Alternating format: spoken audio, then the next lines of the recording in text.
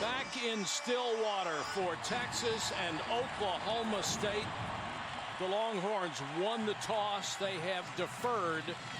So Mitchell Becker will kick it away for Charlie Strong and company. Jeff Carr and Barry J. Sanders are deep. And it will be a touchback. They'll start at the 25. And Mason Rudolph will lead out the offense. 61% completions this year, almost 1,300 yards. School record 540 against Pitt. He's 14-5 as a starter in his Oklahoma State career. He's a young man who had a couple of years ago, he was redshirting. He was a true freshman. There were some injuries in 2014, so he had to play at the end of the year. Last year, of course, he switched off a little bit with J.W. Walsh. Walsh would come in when they got inside, when they needed some run game, but Rudolph, a big, good thrower, and they have speed on the outside. He can run, too. It's out of bounds to 30, a gain of 5, chased out by Anthony Wheeler, who had 11 tackles in his last game against California. One thing that Rudolph, they're going very fast, is they picked up a good yardage, and they're holding it while they set the ball, but wanting to go fast. Little flanker screen that will get him a first down, complete to Jawan Seals. Well, one thing that Rudolph has struggled with in his career is fumbles, and you can see they have been working really hard getting that ball into two hands, and you saw him try to get it there. He has got to tuck that ball away. Mike Yursich, the offensive coordinator, quarterback coach, talked about his fumble problems yesterday and said he carries the ball away from him there. It looks like he wants to get the second hand on, but he just can't help himself keeping that ball away from his body. He has to get that tucked away. Out of the pistol this time, this is Justice Hill, the freshman running back. He'll get a couple.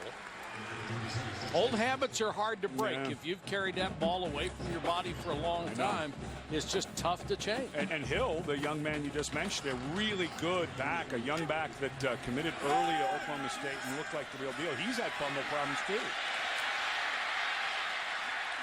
Great escape by Rudolph. Gets out to the 42. It'll bring up a third down and about 4. Second time he's been pressured out of the pocket. And there's the 4 fumbles by Rudolph. Last week he had one. He recovered one that he fumbled, but Justice Hill had 2 fumbles, and as a total group, Oklahoma State fumbled the ball inside the 5-yard line twice against Baylor. They went inside the 20 5 times in the second half and came away with a total of 3 points in a loss. They spot it back at the 40, ruling his knee touchdown there, so it's 3rd and 6. Keep an eye on number 28 in the near slot. That's their leading receiver. Rudolph now looking that way and throws. Complete for a first down and more. Caught by Blake Jarwin. They call him the cowboy back. That is a tight end / H-back position. And they're going very fast. This is the idea. You pick up some chunks, you go fast. Good spin move by Barry J. Sanders. Boy, did that look familiar. Barry J. Sanders is, of course, Barry Sanders' son. Barry J. is a graduate transfer from Stanford. And yes, as a matter of fact, that did look like his dad. That was a tackle for loss, a couple of spins that became a 6-yard gain. Nice run.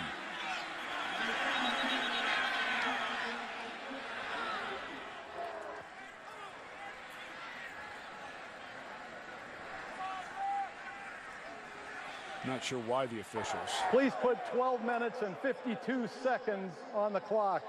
The clock was killed with the equipment violation. Well, here comes Sanders, who is caught in the backfield. Nice jump cut there. The jump cut was what his dad, I played in the NFL against his dad. That jump cut looks familiar to guys in the NFL and who tried to defend his dad. Yeah, you never had to tackle him, though, did you? No, I was on offense, thankfully. Nice run, though. Graduate transfer, got his degree at Stanford, and then gets to finish up his career where his dad played. That's a pretty cool career. Hey, against Barry Sanders, everybody wanted to be on offense.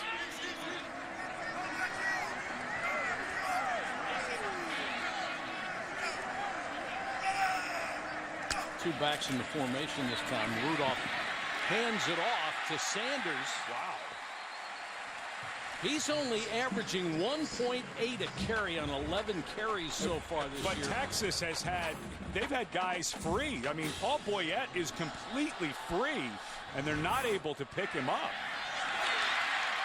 They'll throw quickly and get a first down.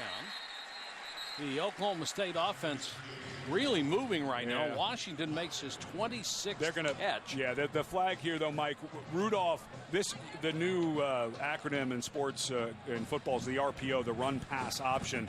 Rudolph had a throw option to his right. There is no foul for an ineligible receiver downfield. The pass was caught at the line of scrimmage. Right. Okay, so since Rudolph did not throw that ball down the field, in college football, the lineman could be down. So the flag was thrown by the umpire properly because the offensive linemen were more than 3 yards downfield. However, correctly adjudicated to not throw, or pulled back to not throw it because the ball was thrown at or behind the line of scrimmage. Good correction by the officials. Hill is the tailback.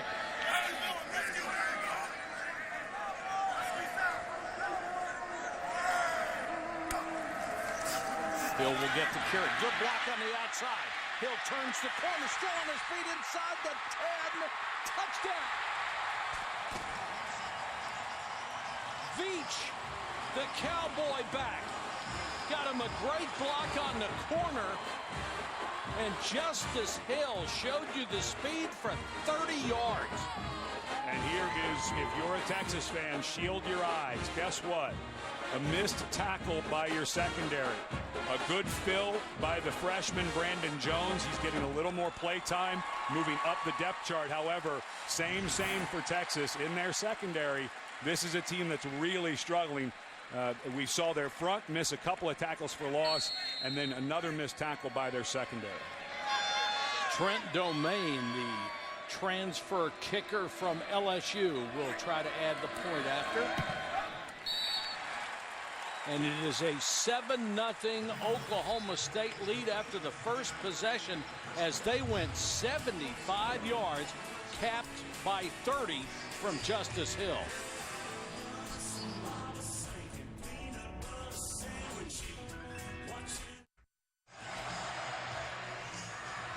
Just getting your college football day started here in Stillwater, coming up at 3:30 this afternoon on ABC. What a great game this ought to be. Wisconsin at Michigan.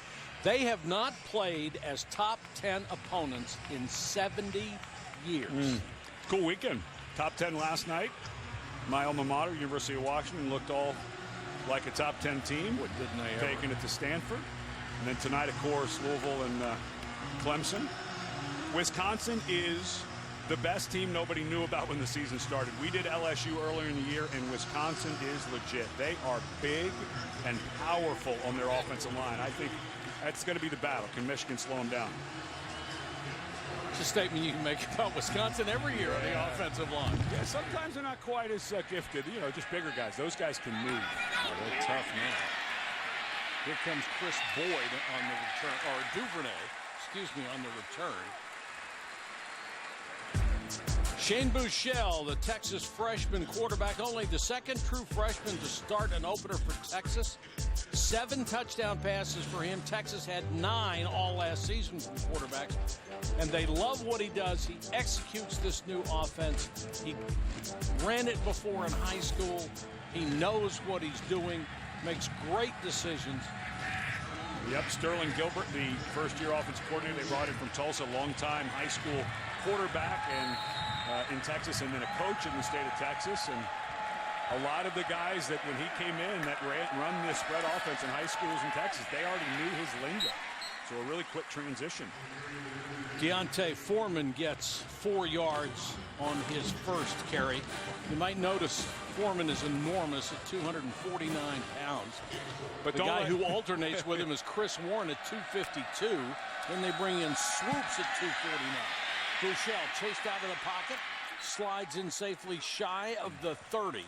They'll mark him down at the 28, covered by Devontae Averett. And here's Sterling Gilbert. They go very fast. He said, we're pretty simple. We want to be fast and physical. They have 2 250-pound backs, a 250-pound quarterback we talked about, but they are running 5 seconds faster this year per play than they did last year when they were a fast offense. So they can go blisteringly fast just like we saw Oklahoma State in the first series. And Foreman will not get it. 249 pounds got a yard instead of 2. Number 96, Vincent Taylor, in the middle of that defense, stopped him, and it will be 4th and a yard. Well, that's what Texas wants to be. With Chris Warren, you mentioned, and Deontay Foreman, that's exactly what they want to be, is an inside run team. But give Glenn Spencer, the defensive coordinator at Oklahoma State, and his front 4 credit. There was good penetration, and there was no push at all by the offensive line from Texas. And Oklahoma State has been able to stop the run. They're 54th in the country. Here is a very short, low line drive kick out of bounds to 32. No chance of a return. It's a 39-yard kick, and Oklahoma State with the advantage after a possession for each.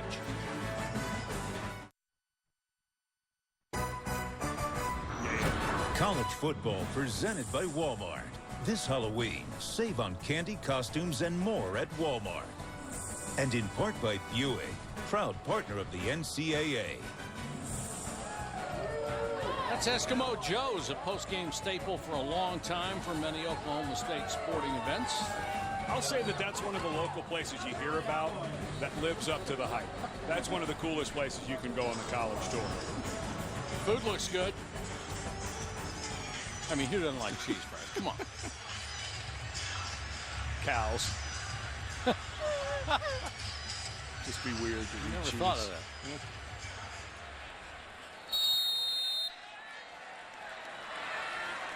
Hill, the running back in this sequence. Rudolph fakes it to him, now under pressure. Pivots away, still on his feet. And dumps it to Childs.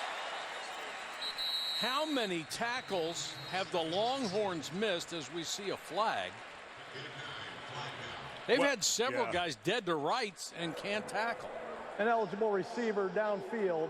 Offense number 71. The pass was caught beyond the line of scrimmage. That'll be a 5-yard penalty. We'll replay first down. And you can't blame Brad Lundblade, the center, because he thought Rudolph was going to take off.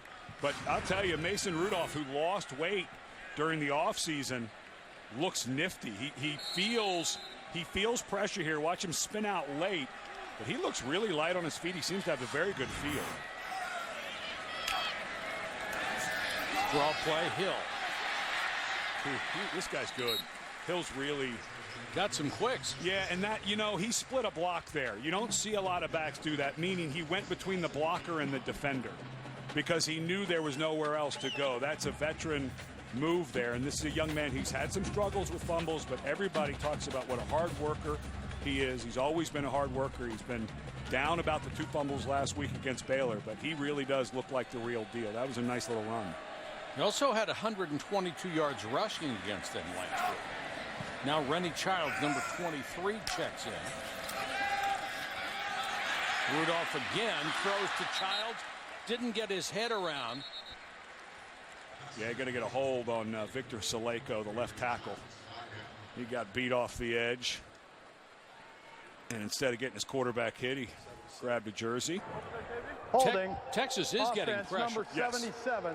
That penalty is declined. It'll bring up 3rd down.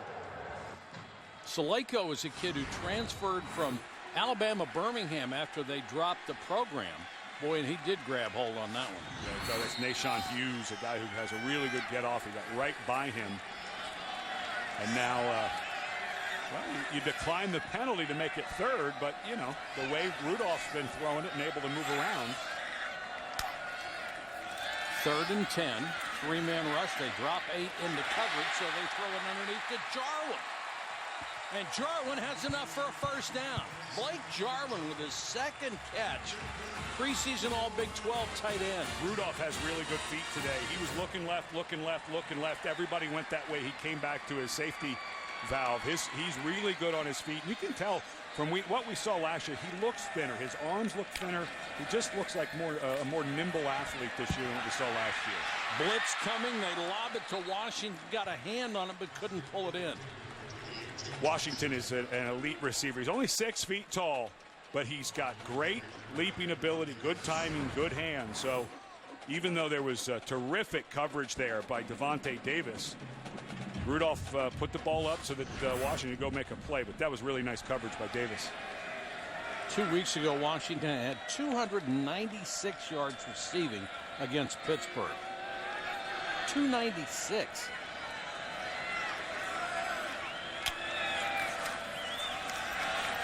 Hill. Not much there this time. You know, with Boyette was waiting for him, so was Malcolm Roach, who gets up off the bottom of the pile. Last couple of years, Oklahoma State, we were talking to Mike Gundy and Mike Yursich, his offensive coordinator. They've kind of had to develop their run game with smoke and mirrors, misdirection. This year, they're starting to feel pretty good about this offensive line. They weren't sure if they would develop into a good group, but they certainly have. And now you're starting to see with Justice Hill, and they've got some depth. Rennie Childs can bring it. We've seen Barry J. Sanders make some people miss. So this is a year where Oklahoma State's starting to feel good about their run game. Sanders does not go by Junior. He goes by Barry J. Washington, first down and more. Still on his feet looking for a block. Another missed tackle. And he is gone.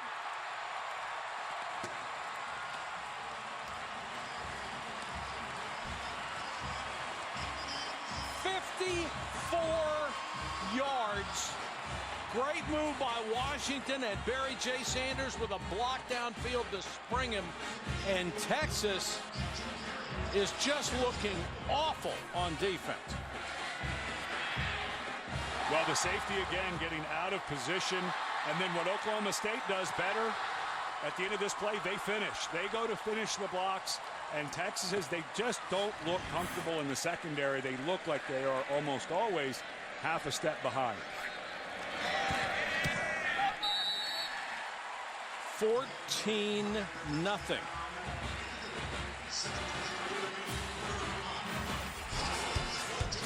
Oklahoma State fired up and blitzing Texas.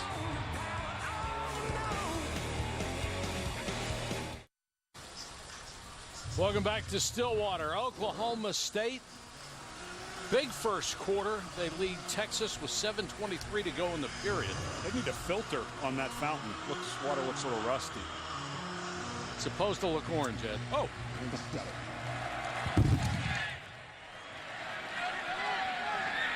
Duvernay, 2 yards deep. Could really use a big return. They won't get it. He's cut down at the 17-yard line. Our weekend of 3 AP Top 10 matchups continues today. 3:30 Eastern. ABC has the number 8 Badgers at the Big House to take on Jim Harbaugh's Wolverines. Then at 8, a battle between two of the nation's top 5 quarterbacks. Lamar Jackson leads number 3 Louisville in the Death Valley to take on Deshaun Watson and Clemson. Both games can be seen streaming live on the ESPN app and watch ESPN. Well, what a season Lamar Jackson is having. When you look at total touchdown leaders, he would be 6th in the country if he were a team for touchdowns responsible for. Breakout by Warren. Speed attached to a 252-pound frame. And Texas going very fast. After you get a big run, Warren rips one off, and they go right back to him. And Chris Warren III, you mentioned Barry J. Sanders is Barry Sanders' son. Chris Warren III is the son of Chris Warren, the former great Seahawk running back and teammate of mine, and played off for the Dallas Cowboys. And his picks were between Oklahoma State and Texas. And Chris Warren III decided to go to Texas. And Mike Gundy, he talks kind of about Warren like the one who got away. A 250-pound running back in this offense. But this is a fine young man, and I enjoyed playing with his dad. Was a great teammate and one of the best running backs I ever played with. His dad could really see it and could really make cuts for a big guy, and this guy can do the same. He was legendary. Yeah. Dorian Leonard made that last catch. And they are going to mark it a first down. There was a lot of hesitation on that. Line judge came in and said, no, the mark should be here. Well, this is a big drive for Texas. You put your defense back out on the field right now, and I think it's going to be 21-zip. So whether you get anything out of this drive or not, Texas needs something. Warren again. And this is what Texas wants to do. They want to establish the ground game. the short passing game. Then every once in a while, with all the speed they have on the outside, they want to throw deep. Well, Sterling Gilbert, a terrific hire by Charlie Strong in the offseason. It was kind of the How Offensive Coordinators Turn drama series there at Texas. They've had 5 different coordinators in 5 years and found a good one in Gilbert. There's Buechele with a short pass to Leonard, and Dorian Leonard outruns Lindsey Pipkins, who missed a tackle. 51 yards, and boy, did Texas need that. What did you say about pound inside, and then go outside to some of this speed? Well, Lindsey Pipkins, unfortunately, just took a bad angle. The safety very late getting over there. And Leonard does an excellent job of fighting to get to that pylon. And, of course, they'll take a quick look at this in replay, which is why the officials are holding it for a second on the field. All touchdowns, they give a quick look, and because Leonard had to make a play at the pylon. But that's that speed you're talking about. And when they... The review. They're going to go ahead and take the time to review it. But Sterling Gilbert, I was mentioning the drama that was the offensive coordinator position. Last year they started with Sean Watson, demoted him after the second game. Jay Norvell took over as a play caller. Joe Wickline, the offensive line coach / offensive coordinator, was embroiled in a lawsuit over leaving Oklahoma State of all places. That looks like it's going to be confirmed. It didn't look like he went out of bounds. So it got really strange for Texas during the offseason. Oh, his heel's out. Boy, that looked like his heel.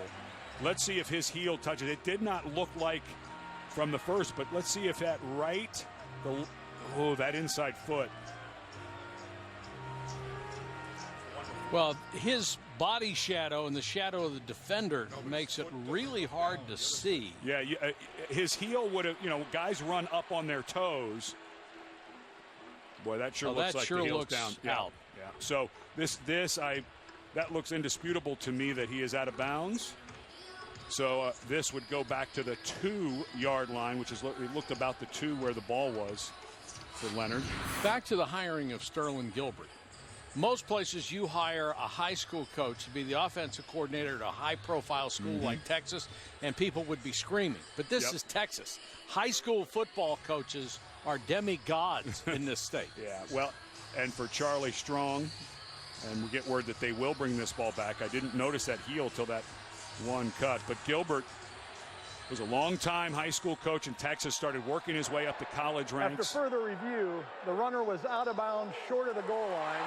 The ball will be placed just inside the 2-yard line at position 5. Please set the game clock to 5:58. Good job by the people in the booth and the officiating crew to get that one right. And Gilbert is a guy, he comes in with his high school credentials in Texas with a spread fast offense, but you mentioned the 250-pound backs and the size that they're starting to get on the offensive line. This is a place where you can go with the 18-wheeler package potentially, which brings in Tyrone Swoops, or this is Chris Warren or Deontay Freeman time. And you just look at the numbers, and it is obvious what he has been able to do with this new offense and the new personnel. Warren is the running back, but it's Swoops in the 18-wheeler package, and Tyrone Swoops walks in for the Texas touchdown.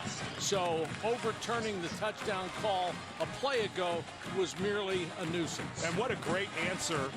And I think why Texas fans were so excited when early in the year they started seeing some dynamic play calling and some really out-of-the-box thinking where you take Swoops, who was beat out. He started the first game, was beat out by Buechele, but they put in they had the package in, but they started using him a little more. Of course, Swoops scored the game winner against Notre Dame in overtime. And Gilbert can coach. He's a really, really good offensive coach, and you can sense it. Point after makes it 14-7. Texas on the board, closes the lead to a touchdown.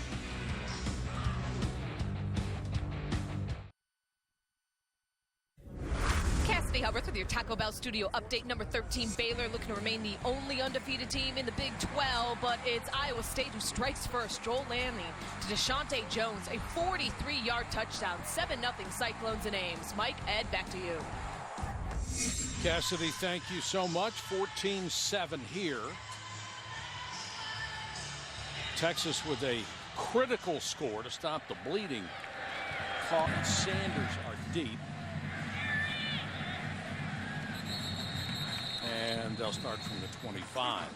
You can kick off your pro football Sunday morning with ESPN at 10 Eastern. NFL Insiders Sunday edition updates you on all the injury news, breaking stories. Then at 11, Chris Berman and his NFL Countdown crew will take you right up to kickoff. I think we know the fate of Des Bryant, the Oklahoma State grad for Cowboys, right? He's out this week. So there's an update for you, Mike. I'm on top of the NFL breaking news. We appreciate it, man.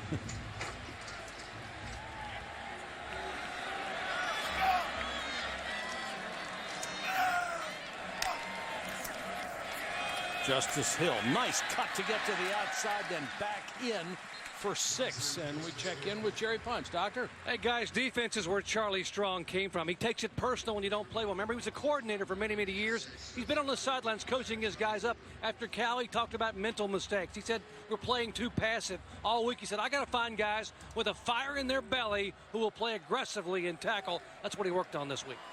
Well, Jerry, the tackle part has been a little tough in the first quarter. Flanker screen, Jalen McCleskey. Driven out of bounds by Boyd. And Vance Bedford, the defensive coordinator, taking some heat this week. You know, there's always the talk of hot seat and people saying, will there be a change made? Because the change was made on offense last year. Bedford has been with Charlie Strong for a long time, spent 2 years actually here at Oklahoma State. And what they both said was, they feel like they've recruited well. They feel like they have guys who can play. They don't feel like the guys have started to feel comfortable enough to play at a high level, be aggressive, that they are thinking too much. And they do. They look a little stiff at times, like they are thinking too much. Sanders nowhere to go, straight up the middle. Was drilled by Malcolm Roach, the weak side defensive end, which is a playmaking position for this defense. And you can understand why the Texas coaching staff is under pressure. They're 107th in the country in points allowed, over 34 points a game.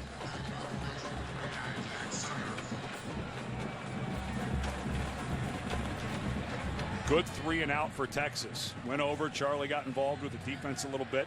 Pretty conservative call there on 3rd and medium, but get the ball back after momentum changing possession the last time he had it.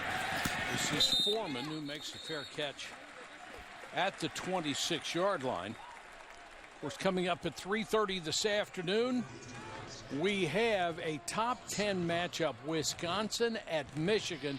Michigan, no surprise. You knew what Jim Harbaugh was going to be able to do with that crew. Wisconsin may be a surprise. Yeah, Paul Chryst, his team came in, and not many people expected them to be good. We had LSU a couple of weeks ago when Wisconsin beat them. When I was studying that film, I couldn't believe how big and powerful. I know we talk about Wisconsin off the line being big and powerful, but they can run. They have a great inside run game, and if Clement can play, I think they can stress what is a very good Michigan defense and win that game. Back to the offense for the Longhorns. Another power run. Foreman just bowls his way through tacklers.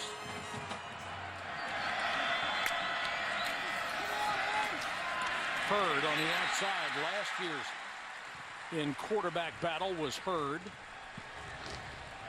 Little with bit of swoops, they moved him to wide receiver. Little bit of a late throw by Buechele, but well defended. When we were talking to Glenn Spencer, the defense coordinator, said they were going to play off and make Texas earn it. And they're playing off now, but that time they got up on the screen pretty well. They're going to defend the deep ball, which has been a problem for them. So that means there's going to be hitches and short hooks available. Are you patient enough to take them and march down the field that way? Jake Oliver made the last catch, and it's going to be 3rd and call it 6. And there's Glenn. First time in Oklahoma State, he's calling a game from upstairs. Figuring with all the substitutions that Texas does, he can see a little better. And a nice play by Buechele on that 2nd and 10. Buechele looks one way, throws the other. Hurd, flanker screen, gets blocks, and Hurd is down to the 35. This is a pretty simple formula. Power run game, throw it short, throw it short, throw it short. If anybody comes up, throw it long. And now, go. Yes, go. That's the thing. Be fast, be physical. That's the whole motto they run by. Foreman. It helps with a 250-pounder, doesn't it? Who can just kind of step forward for 5 yards. Buechele has terrific feet. You could see him shift his feet to come back to Hurd on that screen. Excellent call by Gilbert on a 3rd and medium instead of trying to make Buechele stand in the pocket coming back to Hurd. And Hurd would be the number 3 quarterback if they ever get into that situation behind Buechele and Swoops. Buechele on the bobble has to take it himself and dive forward. Millet made the stop. The junior college transfer, 6'3", 315. Big 3rd down here. You're on the edge of field goal range, and the way your defense plays for Texas, you have to think about, I think, 4-down territory. I don't think Texas can think field goals in this game. And with the 18-wheeler package in Tyrone Swoops, this is an opportunity. He can throw it. Remember, he was the starting quarterback where maybe you could get a pop pass in. Swoop straight up the middle. They have been so successful with this. They put so many big bodies in there. Unless you get 9 guys in the box, you have virtually no chance. Well, and a lot of misdirection, too, because Swoops can hand that off and go about 3 different ways. Give the offensive line, which is really growing into its own under new coach Matt Maddox, who was part of the reason Gilbert took the job. He was able to bring Maddox with him from Tulsa. That was good blocking. Gives it to Foreman. Straight up the gut. Touchdown.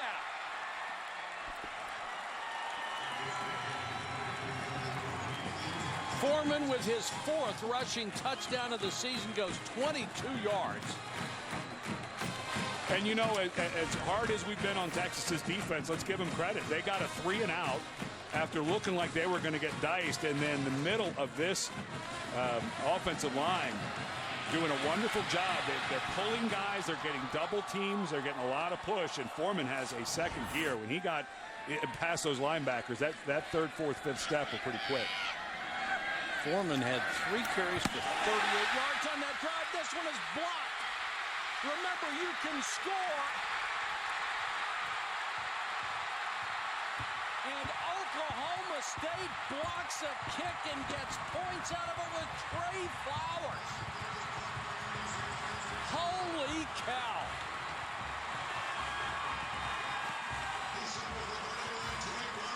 Just when Texas had taken back all the momentum, Oklahoma State blocks the point after.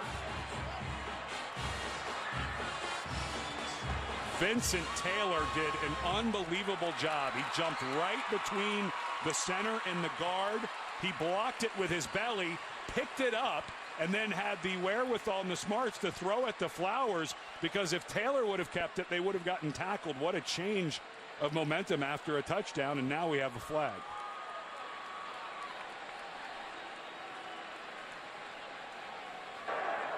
After the touchdown, unsportsmanlike, number 67 of the offense, leaving the bench area.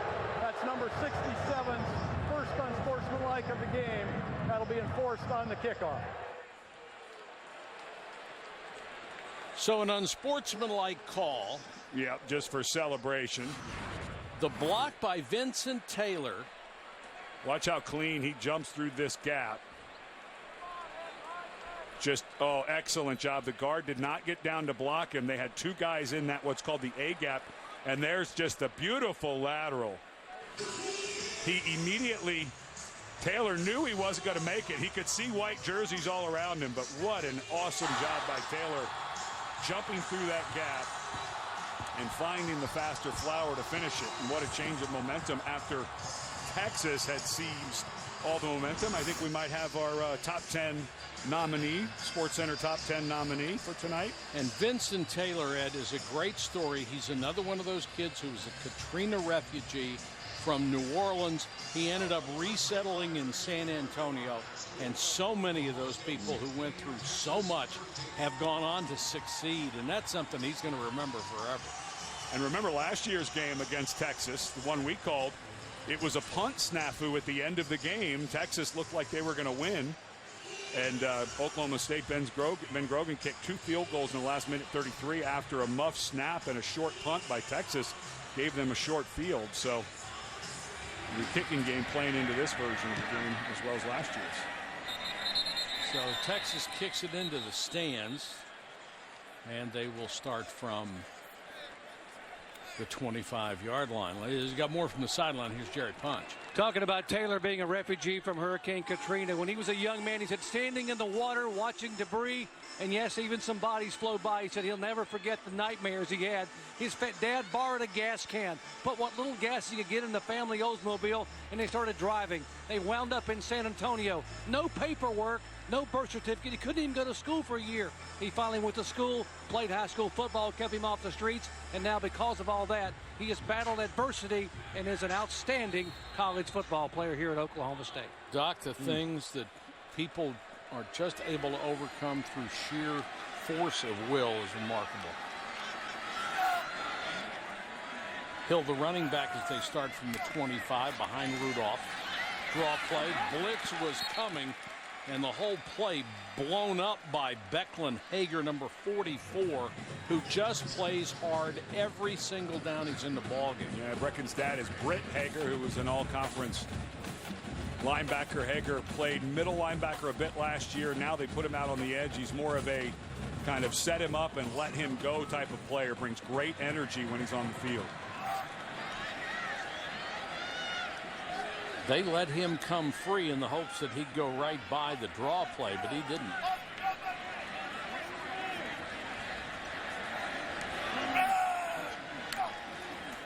Texas brings a 5-man rush, and down goes Rudolph.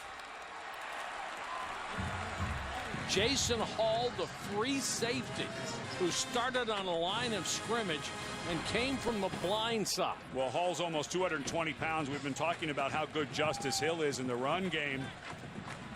But this time, the 171-pound freshman doesn't have a chance against the 220-pound safety. And that is the second play in a row where a player from space outside the formation has come on a blitz. So it looks like Texas has found something they like coming off the edge with 3 players. 3rd and 19, more pressure. Little relief foul pass to Jarwin. And Jarwin out to the 32 to get some of that yardage back as the first quarter comes to an end.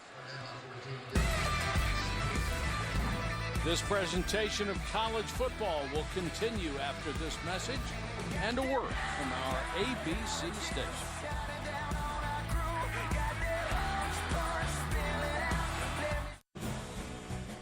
Welcome back to college football, presented by Walmart.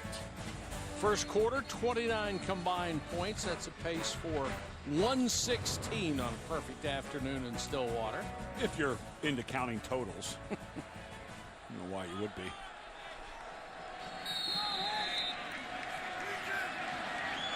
Dixon, who has 9 kicks this year, Siner kicking to Foreman. And tracked down at the 18-yard line. Lost his footing after a 52-yard kick and no return. And let's check in with Cassidy. Baylor and West Virginia, the only undefeated teams in the Big 12, but Iowa State with an almost perfect first quarter. Mike Warren with a 1-yard TD run. Cyclones up 14-0 over the number 13 Bears in the first. Mike, Ed, back to you. Stunner, huh?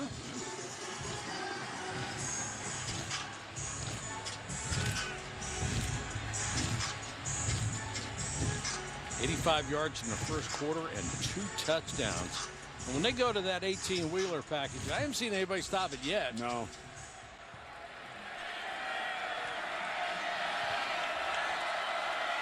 Buechele is back in, and Warren is the running back.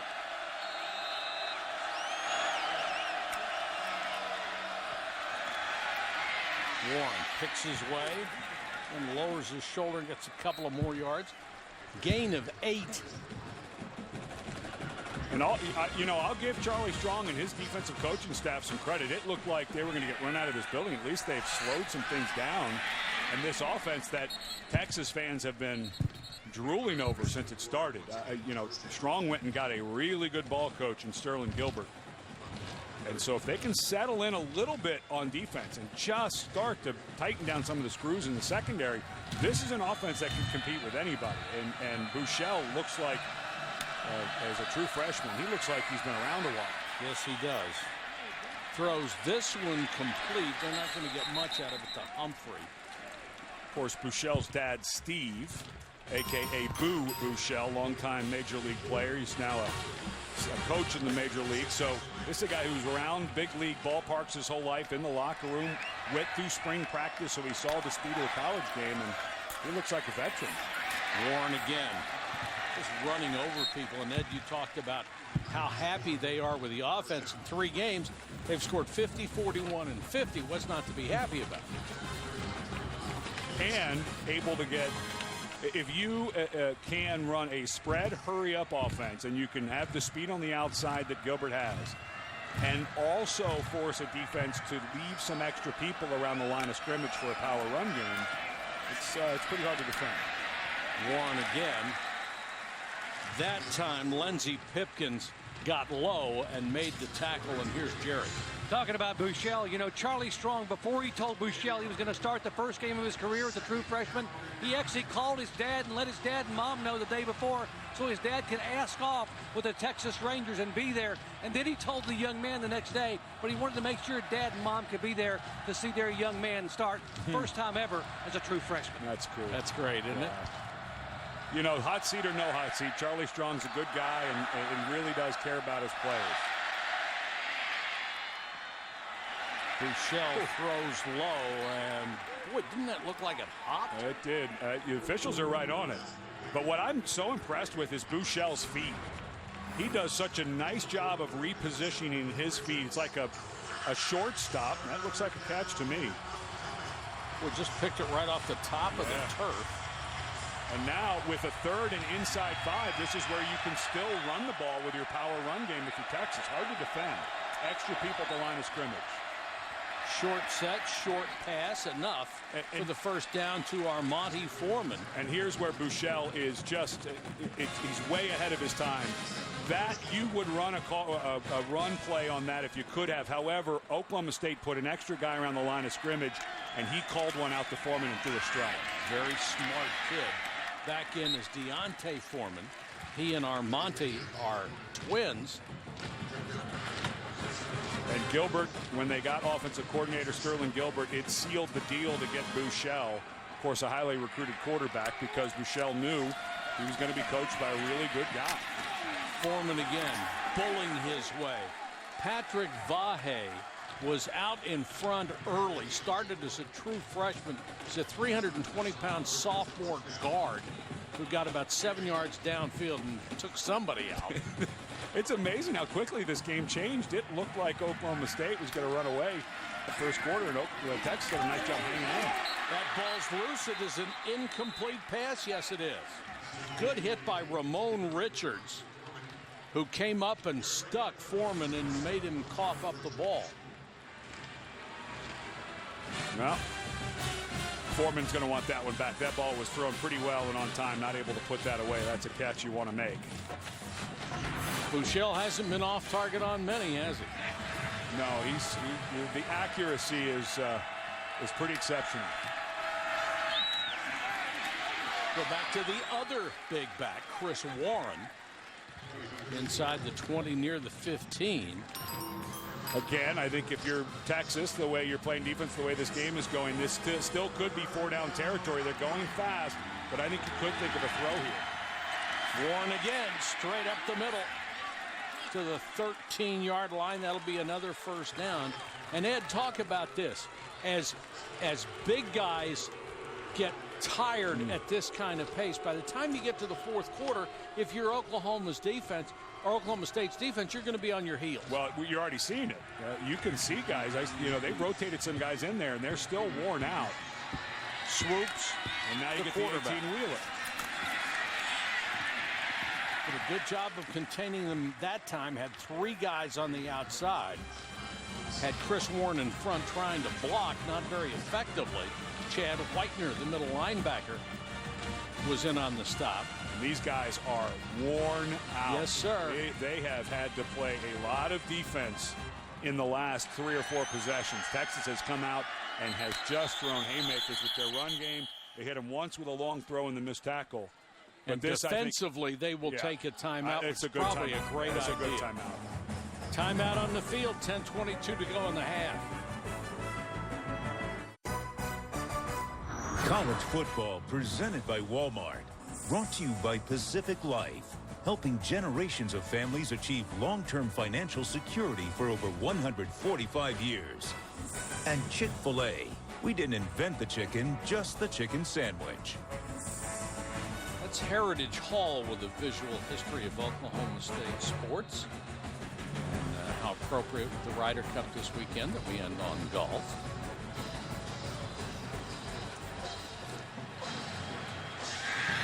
Kicking has been huge so far in this game.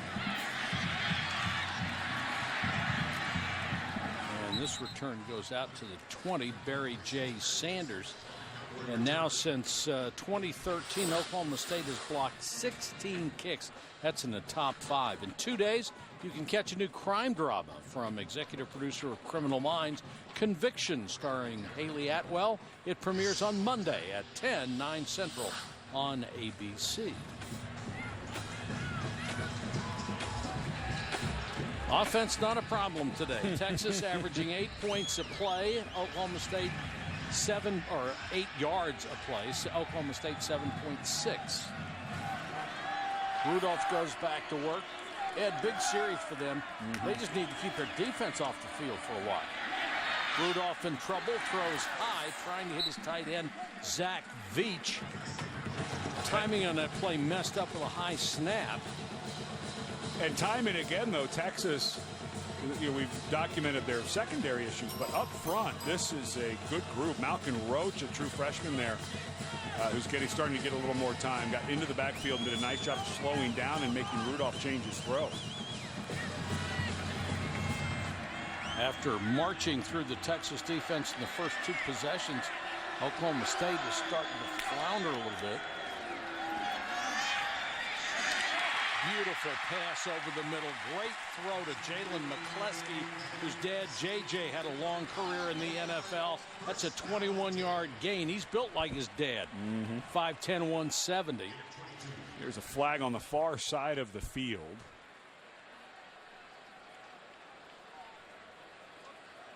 So it had to be during the route. It's down the field a bit from the line of scrimmage. Unsportsmanlike conduct, sideline interference against the Texas bench. That 15 yards will be added to the end of the run. First down. And remember last year in this game, Charlie Strong, there's very tight sidelines here at Oklahoma State, so it pushed out. But remember, Charlie Strong got a 15-yard penalty. I'm not saying this was on him. This was sideline interference. But there was a sideline penalty late in the game that helped Oklahoma State kick their first of 2 field goals in the last minute and a half to beat them. So another penalty on the sideline for Texas. It is tight over there. This is the tightest field, I think, in the Power 5 conference. Rudolph flanker screen, got it outside to James Washington. Turns on the burners, and Washington inside the 5 before he's knocked out of bounds. This guy is for real. 6th in the country, averaging 122 yards a game. Just has a snap about him. Everything is a little quick. And Texas, again, just having trouble closing and having open field tackling in space. That time, Anthony Wheeler, although he's a bigger athlete, just gotten frozen by James Washington as he goes over to make the tackle. Big play after big play for both ball clubs. Puna Ford made the tackle on that last play. 2nd and goal. Still got 9 minutes left in the second quarter. Good answer, Mike. You mentioned that they needed a drive here. It was that 3rd down throw. Rudolph really put it on the money to McCleskey that kept this going. Justice Hill is the tailback. Fake to him. Oh, great fake by Rudolph. Dives to the goal line. Touchdown.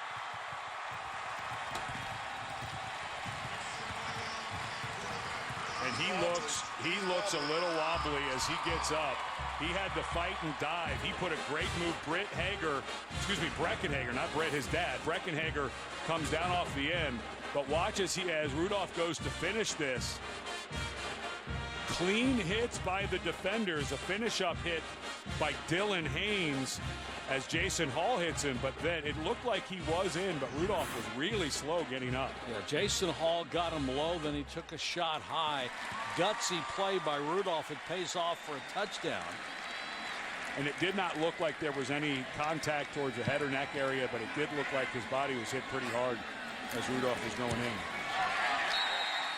Oklahoma State converts. And the Cowboys are back on top. Well, Mason Rudolph threw it well, ran it well, and they get a touchdown out of this series.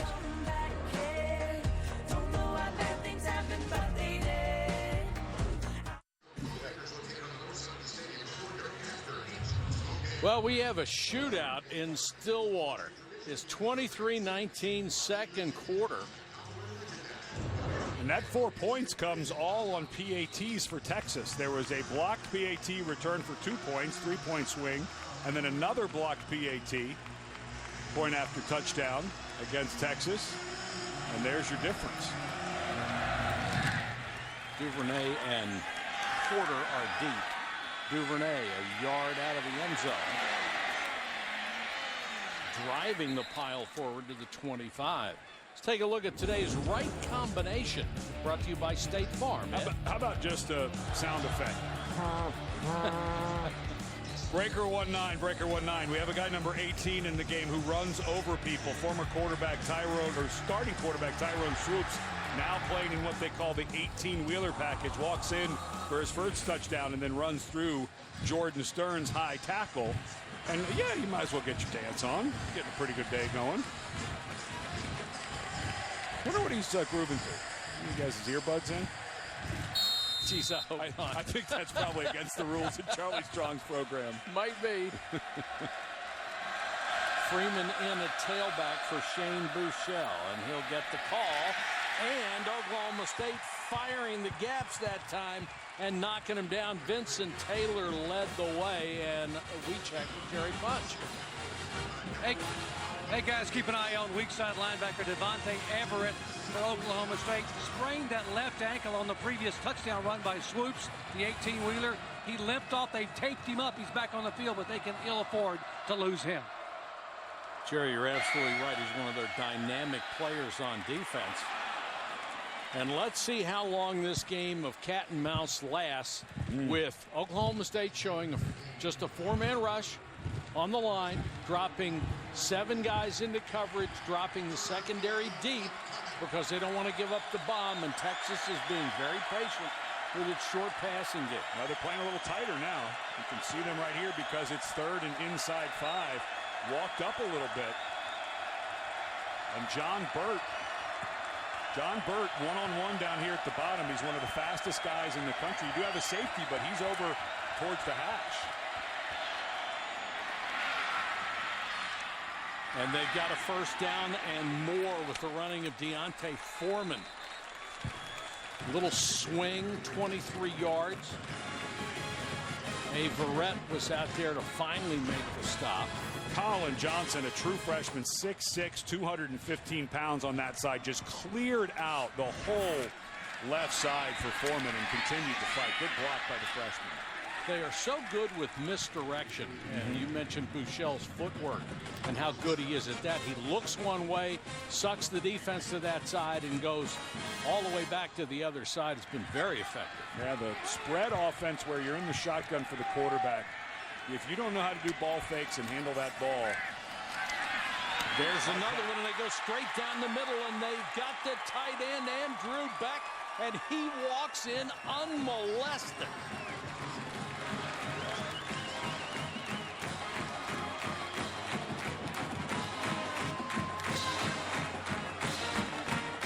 Buechele's only 10 out of 12 for 170 yards so far in the first half. Well, watch the ball fake right here.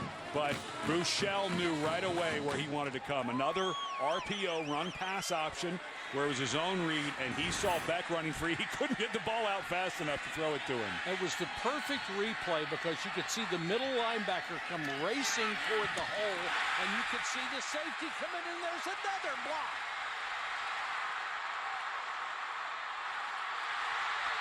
And they've got a chance to get 2 points out of this. No, he's out of bounds. Holy cow. 3 blocked kicks. Vincent Taylor did it again.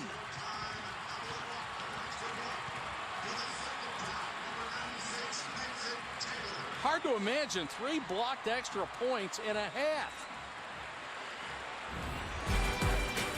Well, it gives you something to adjust if you're Texas at the halftime. But once again, Vincent Taylor works that gap between the center and the guard to protection. Unbelievable 3 blocked PAT.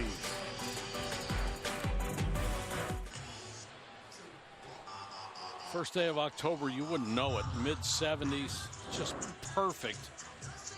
No, it's always mid-70s and beautiful in Stillwater. Yeah, maybe on the 1st of October. What about the 1st of February? 70-degree difference. Carr and Sanders are deep.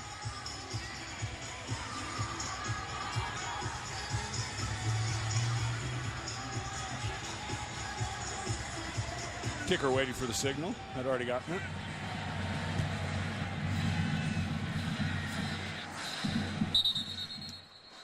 Sanders lets it go. They'll start at 25. Let's take a look at today's good hands play brought to you by Allstate.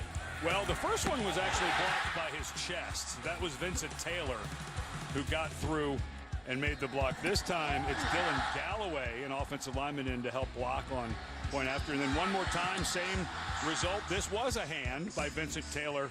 And this time Lindsey Pipkins pulls it up and almost takes it for 2 more points. So that is a 5-point swing on kicks. The point after touchdown kick from Texas. 3 have been blocked. 1 has been returned for 2 points. So a total of a 5-point swing. Hill for a couple. And all those blocks were caused by penetration. It's tough to blame the kicker or anybody else in that part of the unit. It's the line that's not holding out the rushers. Or you just give credit to Vincent Taylor for being awesome, Mike. Absolutely. You don't have to always be negative. There you go. I like that. Get skinny, it's called. When you get through that hole, you turn your shoulders, get yourself skinny. That's hard for a guy like Taylor, but he did it well. Set up the screen. Sanders. Well diagnosed by the Texas defense that time. Nashawn Hughes, number 40, made the stop right there to bring up a 3rd down and a long 4. I know they want to keep the run game going here, but on 3rd and medium, Rudolph, you got 5 wide receivers. Texas has not brought pressure. I don't know that you'd really want to blitz here because under 7 yards, Rudolph can get this off pretty quickly. Move the ball back a little bit. It's closer to 3rd and 5 now. 4-man rush. Rudolph with time. And caught at the 35-yard line. What a beautiful throw. He just laid it in there to Seals. That was really well timed. Whoa. And Seals, well, let's see if this gets reviewed. Oklahoma State did a wonderful job of going fast. And right back to the middle of the field to McCluskey for the touchdown. And once again, confusion in the secondary for Texas. Oklahoma State, Deshaun Elliott, the safety, and the corner had 2 different calls in. And Oklahoma State did an awesome job of, after the catch or maybe no catch by Seals, not allowing it to be reviewed. And all of a sudden, Texas could not get lined up and get the right call. And they sneak an easy one in with McCluskey. And you could see the Texas guys in the secondary after the play looking at each other, raising their hands. Why didn't you have it? Well, I thought you should have had it. And that's the norm in college football now. When people get chunk plays, 10, 20, 30 yards, you can expect them to go fast. So you cannot get caught off guard. Here, let's see if this ball is called all the way to the ground. It doesn't matter. It looked like it was a catch. I don't want to say it was not a catch. But then Oklahoma State just a brilliant job of going fast, and the two defenders, Deshaun Elliott and John Bonney, could not get their call straight. Let's go to the studio and an update with Cassidy Hubbard. Cassidy? Thanks, Mike. Number 14, Miami taking on Georgia Tech, and the Hurricanes came into this game leading the FBS in scoring defense and continue to pad that stat. Joe Jackson with the scoop and score. This game over on ESPN2, and JT Bear with his 58th career passing touchdown, setting a new Ohio State record. Also his third of the game. Buckeyes up 23-0 over Rutgers. Mike, Ed, back to you. Cassidy, thanks very much. Is this first team to 60 wins? Oh, he's getting this guy in there, RTC. He's got to do a push-up for every point. So I wonder, he's going to get credit for his exercise for the next month after this one. Go back 2 plays when Seals made the catch downfield. How was he able to be inside of the defender when he was that far out on the perimeter? Well, there's That's confusion. just bad technique. Yeah, there was confusion in that secondary, and that has been, unfortunately, a repeated theme for Texas.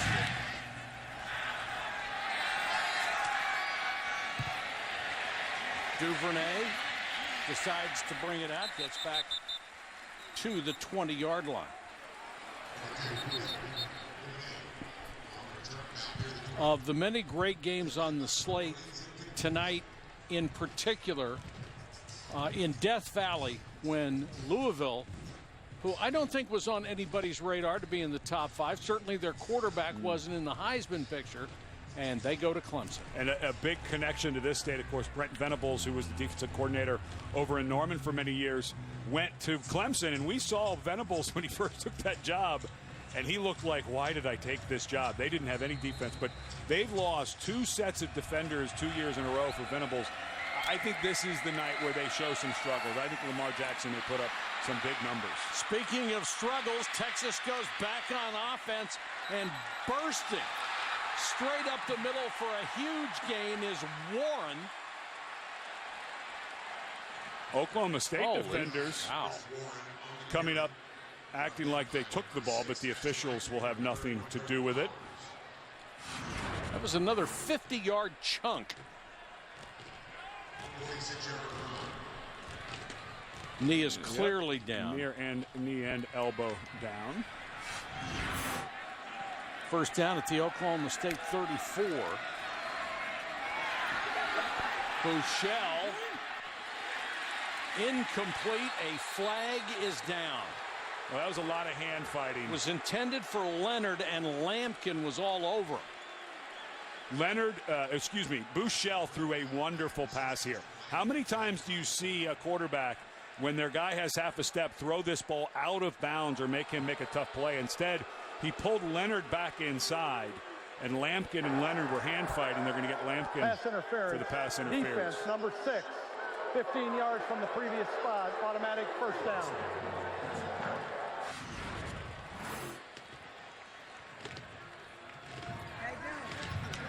You know, both guys were fighting with the arm, and the official to that side didn't throw it. It was the back judge. I'm not sure that that's a penalty. I'm not sure now. Yeah, I think Lampkin, and I was watching it real time when that ball's in the air. It looked like they were both hand fighting. There has to be an obvious intent to disrupt the receiver, and that's Leonard and Lampkin going arm in arm. I don't think that was, in my opinion, defensive pass interference. Real time, I thought it was. Replay, I don't think it was. Porter is in as the running back, number 21. Bouchel, scrambling, gets an opportunity to throw it out of bounds and takes it. And the question is, was he out of the tackle box? And you see the officials now coming together with the referee at the 30-yard line to discuss whether he was out of the tackle box. And I'm not sure he was. He moved around quite a bit. No foul for ineligible downfield or intentional grounding. The ball was thrown out of bounds beyond the line, and the quarterback was out of the pocket. There you go. Good explanation. It was close.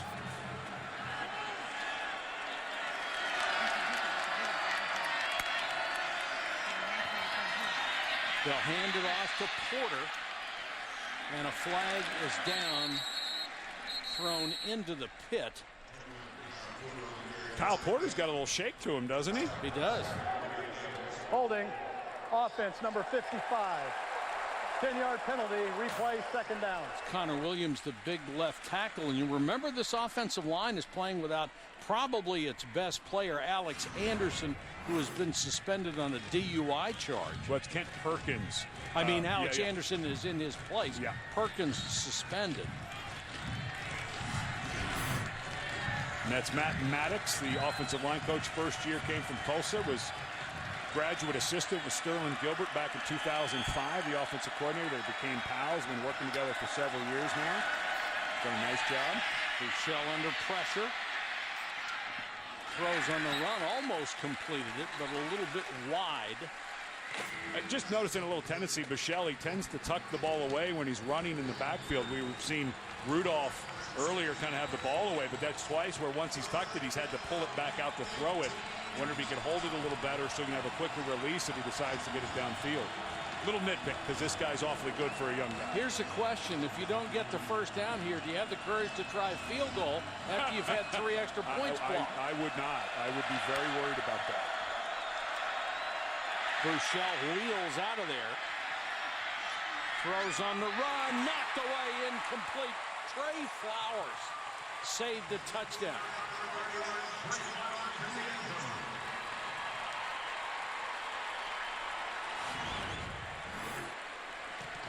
Terrific block. We saw the freshman Hill on the one before struggle. That's a freshman making a play. In this one, Buechele's very lucky. I mean, one more step and Trey Flowers is going to pick that ball off. And now they're going to try it. Yeah, you better know where 96 Vincent Taylor is. They're going to rush right over the left guard. Here's where they're going to rush. Trent Domain. Delay a game on the offense. Wow. 5-yard penalty. Fourth down. Yeah, we can't have those type of unforced errors. You know, you're going from what is a long kick to begin with, and now you're going for near a career long. I believe this would be a career long for Trent. His long this year, 43. I believe his career was 2 yards further than that. He's got a strong enough leg, but it's a 47-yard field goal try.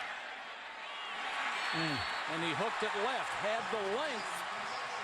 I'm not so sure that ball doesn't go inside the upright if it's 5 yards closer. It was tailing right there at the end. Could have been. A mistake of administration on the sideline for Texas, not getting their kickoff in time. And there was a ton of penetration by that defensive line. Lucky Boy, that wasn't there. You know, I saw the kicker there falling away. He saw that pressure, and he was falling away as he was kicking it. Domain did not feel comfortable on that kick. And who blames him? After having 3 of them blocked, it looked like he was almost planning for that long kick to be blocked. Still 3:44 to go in the half. We have 55 combined points so far. Jeff Carr makes an appearance at running back for Oklahoma State, number 20. They send him in motion.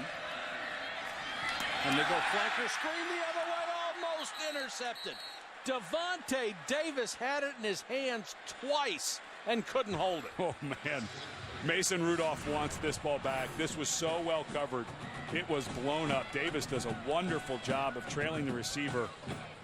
I think that's a play you want to come out of. I don't know that you want to be throwing a screen to a guy who's covered that tightly by the cornerback. So I'm not so sure that wasn't a mental error as well as physical by the quarterback. Boy, Devontae Davis's eyes just lit up. Rudolph gives to Justice Hill. He hasn't found much running room since the first 6-7 minutes of this ball game. And this is a team, Texas, that has 0 interceptions on the year. 0. They're tied for last in interceptions. So Davis had a chance to pop the cork and couldn't quite get it done.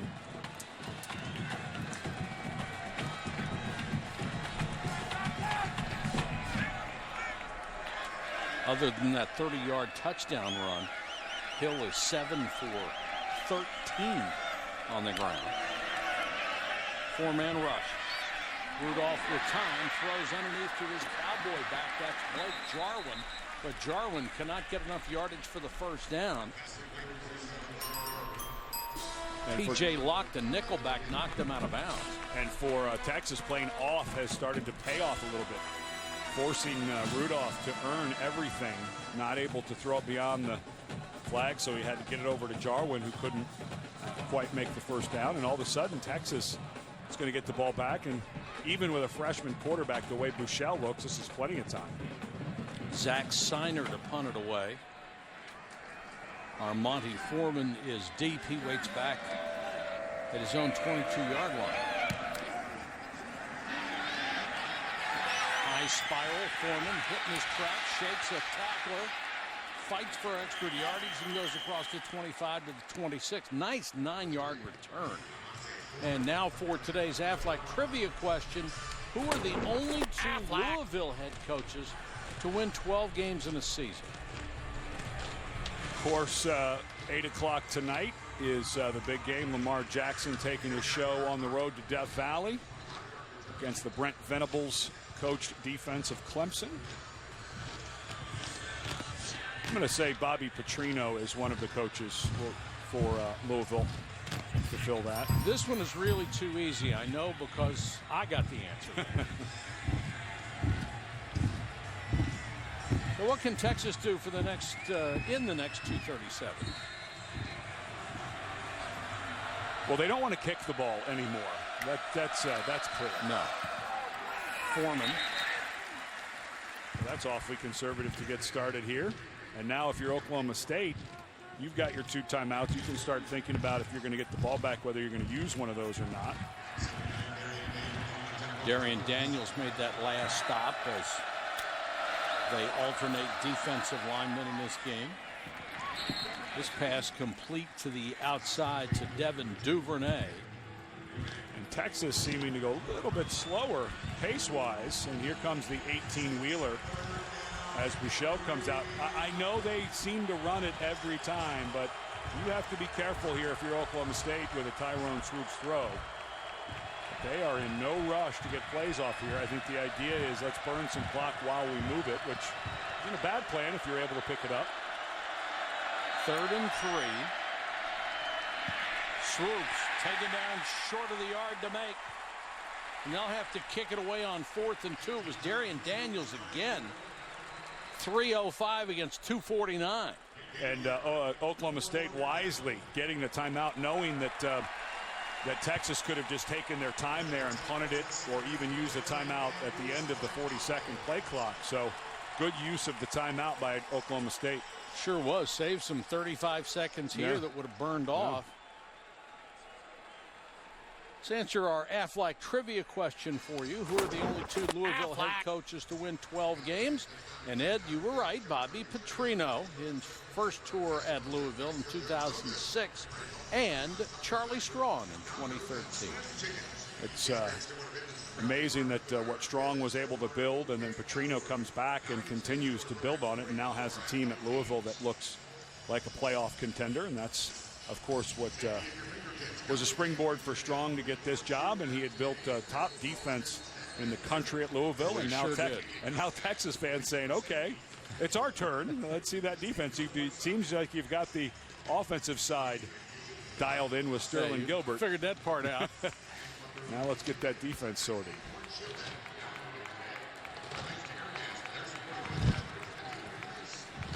Oklahoma State on the season is giving up 27.5 points a game. They've given up 30 in the first half to Texas.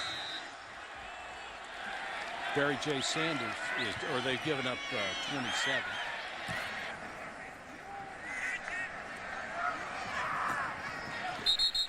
Sanders makes the fair catch at the 15-yard line. So plenty of time, really. 133 for Oklahoma State.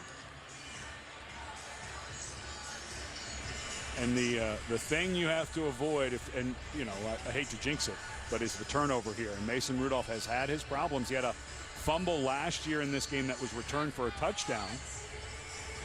He has not thrown a lot of interceptions this year, but he is prone to the fumble, and there have been some guys coming off the edge from Texas. Roach and Hager have been able to get some pressure. We saw Nashawn Hughes come free off the edge earlier in the game.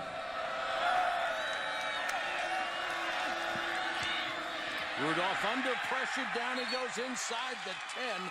Sacked by Charles Amenahue, his second sack of the year. And Texas does a nice job getting that with 3 timeouts. Now they use their timeout, a big lost yardage play. And all of a sudden, Texas being smart about trying to save a little clock to see if they can get it back. Just a straight pass rush. Just Amenahue doing a wonderful job with his inside stab hand. And the right tackle on that side, Zachary Crabtree, not able to hold up.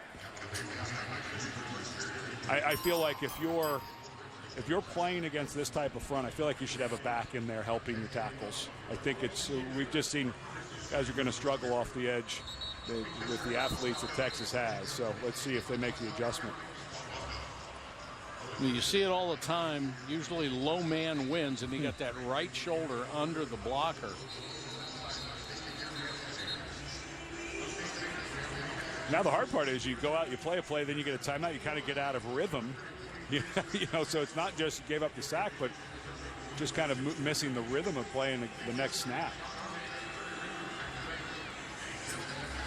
So Texas right now in the driver's seat here. They still have 2 timeouts left.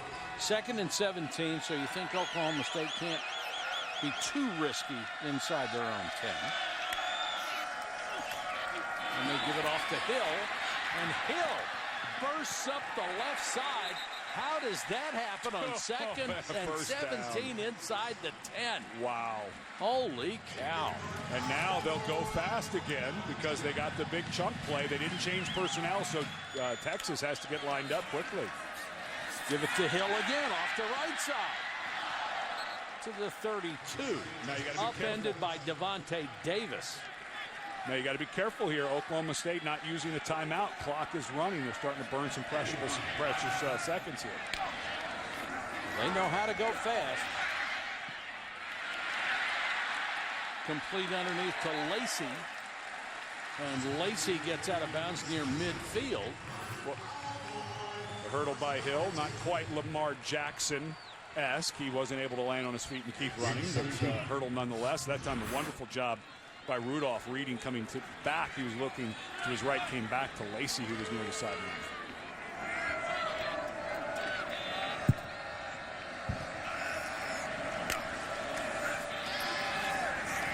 Four-man rush. They'll dump it to Sanders. Poor pass at his feet. Had to go to the turf trying to make the catch, but it stops the clock with 47 seconds to go in the half. Well, anytime Oklahoma State is empty backfield where the only person back there is Mason Rudolph, the pocket is just being collapsed by Texas at defensive line. So Bedford is getting the pressure he wants with his 4-down linemen, able to play some coverage. Maybe start moving Rudolph a little bit. I just don't know that you want him to be standing like a statue with no help for the offensive line. This time he has a back end. Matt Sanders, he goes out to chip, then goes out in the pattern. And because of that pressure, I think that's the reason that Rudolph threw that high. Sanders was in there to give what's called a chip to the defensive end, and as he did, he got out there, and this was just not a good throw. There was a little bit of running room, but now all of a sudden Oklahoma State stuck because of the incomplete pass. Texas not having to use a timeout here before 3rd down.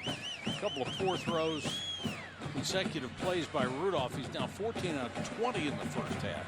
258 yards, though.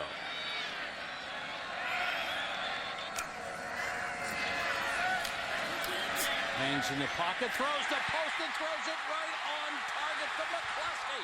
And Jalen McCluskey is in for the touchdown.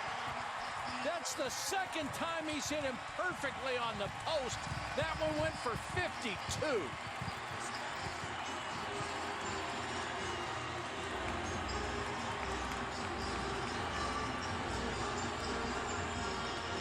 How many missed tackles can you live with if you're Texas? Well, they're not. That's why they lost to Cal, and that's why they're struggling here against Oklahoma State. A terrific throw between coverage by Rudolph. However, it was between coverage, meaning you should have someone there to make the tackle, and once again, Texas not able to close it off.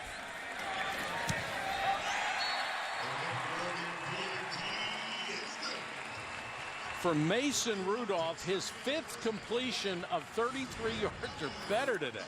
5 of them. Well, you know, and to put this in context for Texas fans, in the glow of the Mac Brown era in their best years, this was arguably defensive back university. They had some of the best defensive backs to ever play the game of college football. And so now, in the transition to Charlie Strong, who seems to have figured it out on offense, that as a Texas fan, you have to wonder, what happened to all that great defensive secondary play we used to have? I mean, this was as top as you got during the Mac Brown era. Look at the yards. 771 yards in offense. And yes, we're in the second quarter. Well, here's what you have to remember as we go to halftime. Texas can score a ton and go fast as well. So even though they're down 12, it's as far from over. 8 plays, 15 or better passing, couple of touchdowns. Those 2 post patterns to McCluskey were perfect. They were nice. throws. Yeah, that throw there, he threw it right over the second level of the defense, the linebackers, and right in front of the third level, the safety, and then of course the Texas safety unable to make the tackle. Duvernay snaking his way back on the return up to the 21. ESPN's Week 4 Monday Night Football matchup, an NFC battle. Eli Manning and the 2-1 Giants taking on the undefeated Vikings at the new U.S. Bank Stadium, downtown Minneapolis, at 8:15 Eastern. Coverage begins with Monday Night Countdown at 6 on ESPN, as well as streaming live on Watch ESPN. Sam Bradford, a star in this league at Oklahoma for many years, and we're a lot of offensive stars now in this league. The Big 12 has had such an impact with the spread offense, especially, you know, the high school football in the state of Texas has become a spread, not just throwing the ball, both spread and run type of state, and you're starting to see it impact all of college football. Still 25 seconds to go. Longhorns come out throwing, incomplete to John Burt. Burt's a guy they love to get deep. He's a 110-meter hurdler who qualified for the NCAA championships in that event. Yeah, he can fly, and they back off of him 15 yards. They've got 2 timeouts. I guess they're just going to take it to the house. This is, if you're going to throw it on first down, why wouldn't you use that timeout? If the idea is to run out the clock, you run the ball. That's a little confusing as to why you would risk a throw if you weren't going to use those 2 timeouts to try to get to midfield and throw it down the field. At the half, the score 37-25 Oklahoma State. When we come back, Stan Verrett and company will bring you up to date on the halftime report after this message and a word from our ABC stations.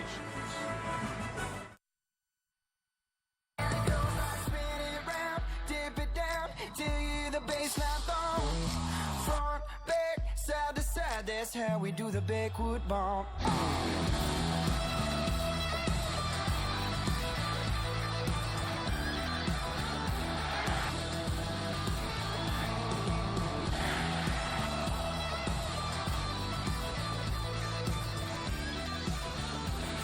Welcome back to college football, presented by Walmart. We are in Stillwater, Oklahoma, where Texas and Oklahoma State are enjoying an offensive explosion.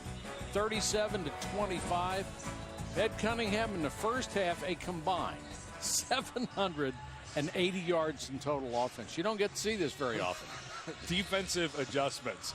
I mean, what do you do? And for the problem for Texas is it's their secondary just seems to be thinking too much. They seem to be slow. They seem to be behind, and I don't know that you get that fixed at halftime. All right, let's see if Jerry Punch has some thoughts on that, Doc. Yeah, I talked to Mike Gundy. Obviously, nothing to be displeased with his offense. Defensively, he said we've got to stop the run up the middle between the tackles, more specifically between the guards. He said we've got to do a better job of tackling with the short out passes in the flats. They're getting yards after catch. We got to do a better job of tackling the short pass and stuffing the run in the middle. Easier said than done, though, isn't it? Yeah, with Chris Warren III and Deontay Foreman at 500 pounds combined. It's a good thing 2 of them can't carry the same ball. 37-25 in the first half. Had 3 block kicks in the first half as well that have contributed to the differential. Texas will get it to start the second half.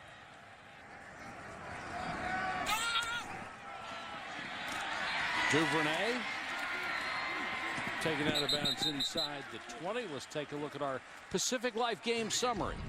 Well, for Mason Rudolph of Oklahoma State, getting it done mostly in the passing game. However, when challenged to run, he was able to score on a keeper there. Here, though, more his traditional way to score there to Jalen McCleskey. And then for Texas, since last season, they have had what's called the 18-wheeler package in for number 18, Tyrone Stroups. And today, 2 touchdowns, one in which he had to shuck a defender, a la Leonard Fournette style, from LSU to get a score. Texas will start from its own 19-yard line.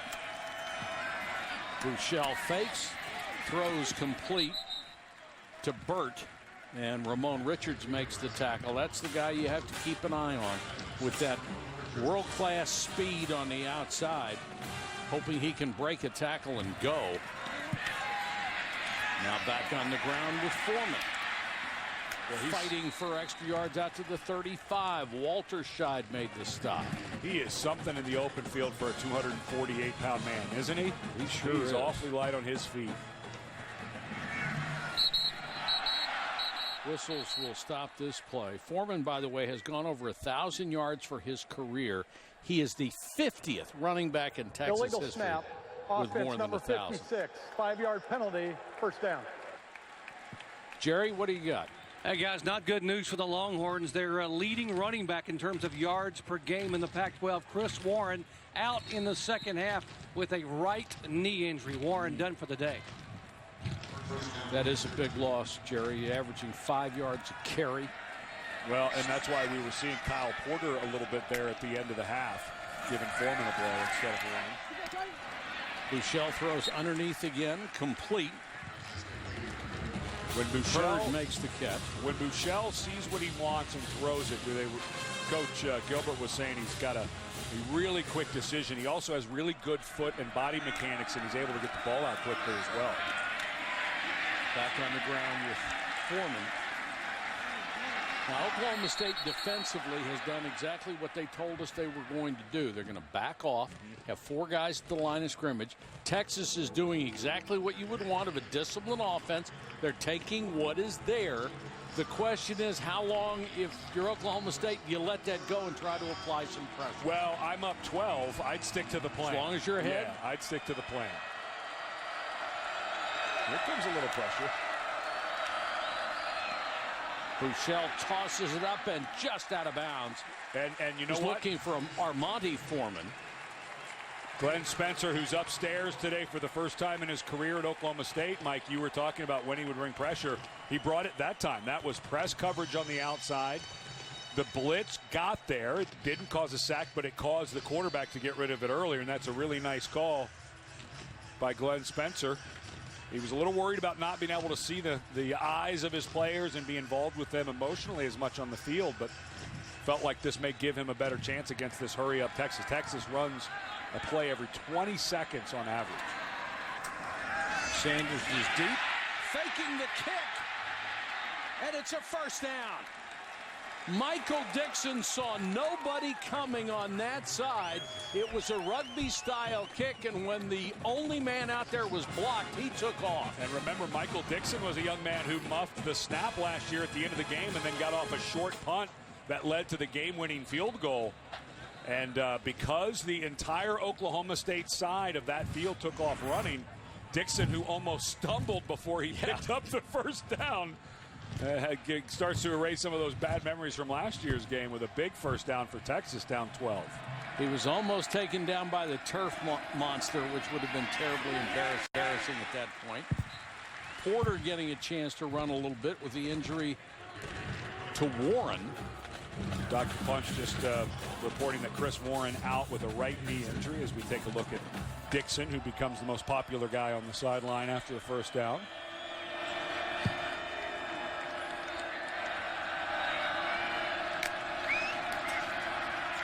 Buechele, little swing.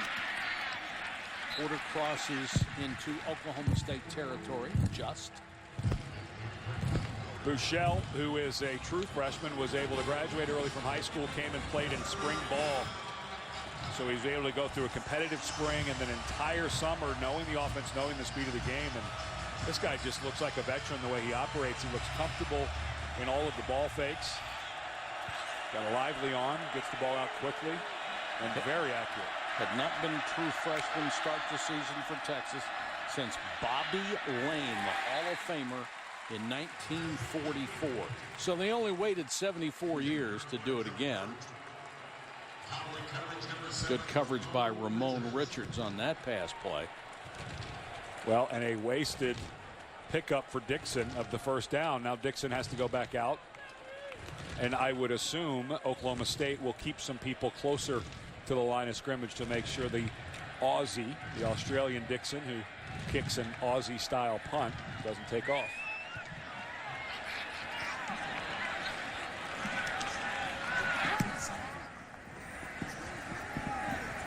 Conventional this time and kicks it down to the 8-yard line. Fair catch after a 43-yard punt. 11:28 to go, third quarter. Oklahoma State by 12.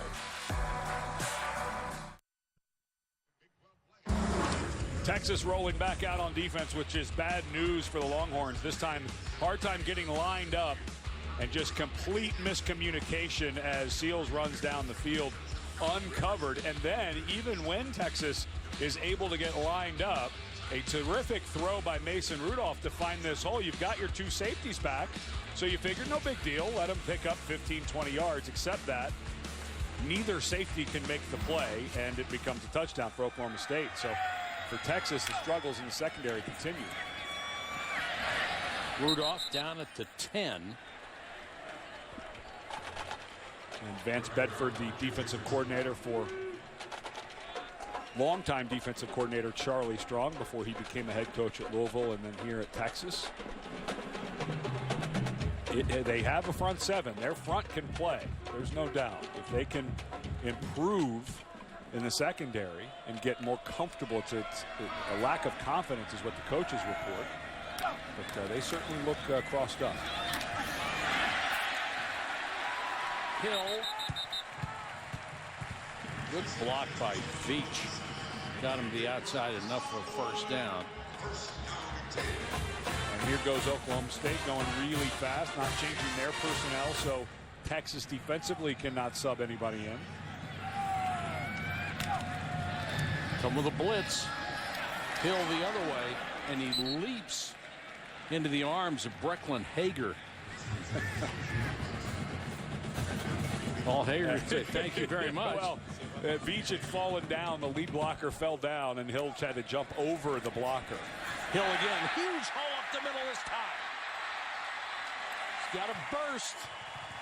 46-yard line, first down. And I will say, Jason Hall just made a terrific tackle for Texas. If you're going to pop a run, your safety needs to be there, and that time Hall was and made a really nice low-body tackle.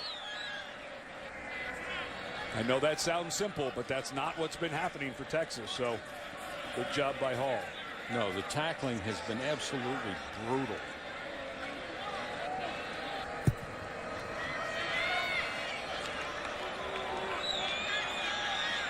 Rudolph directing traffic. Hill again. Big hole. Whew. Another solid tackle there by Dylan Haynes. But now when they're making tackles, they're 15 yards downfield. Well, the linebackers for Texas right now are being swallowed up. Malik Jefferson, who was the Big 12 freshman of the year last year, that time got completely swallowed up by Veach.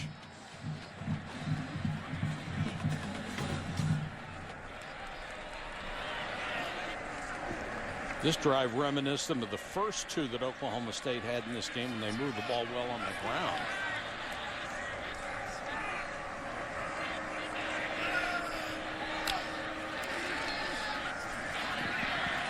Sanders tries that little spin move, doesn't work this time. Wheeler brings him down.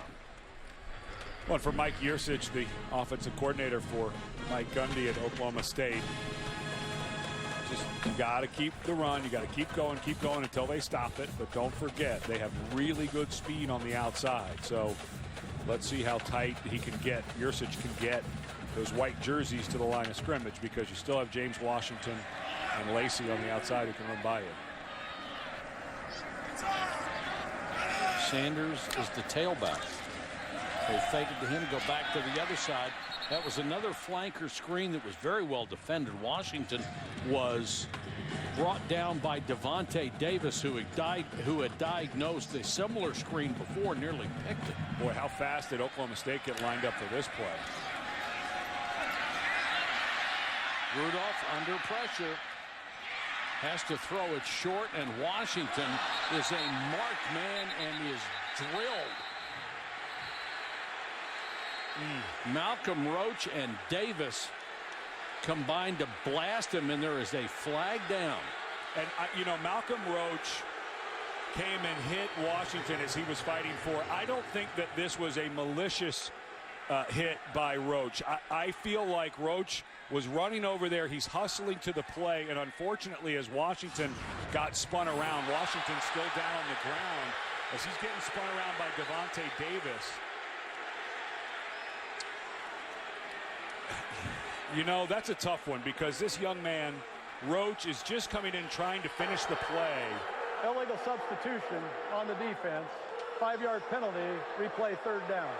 Well, they get to replay the down, and the fans here wanting targeting. I do not see targeting in that play. It was a defensive player in James Washington. However, Roach did not target. He did not launch into the head. He did not leave his feet. He was actually just running, and as Washington spun around, was hit. I know the fans here want this to be targeting, but when the word says targeting, it means that you have to launch, you have to take target to the head or neck area, and I didn't see Roach doing that. Remember, targeting can be called now from the officials if it's obvious and egregious. To me, this is neither obvious nor egregious. Yes, there is some contact in the head and neck area. However, I do not see targeting, meaning that 32 did not launch his body into Washington. I understand the frustration of the fans here. One of their best players is down on the field, but I do not see the body language of someone targeting into the head. They have to launch into the head and neck area, and all I saw was Roach. He did dip his head, but that's not illegal. You have to launch in, and I didn't see it. Here's what would have come into play. The NCAA has changed the rule on crown of the helmet. The crown of the helmet now goes from the top of the face guard all the way up.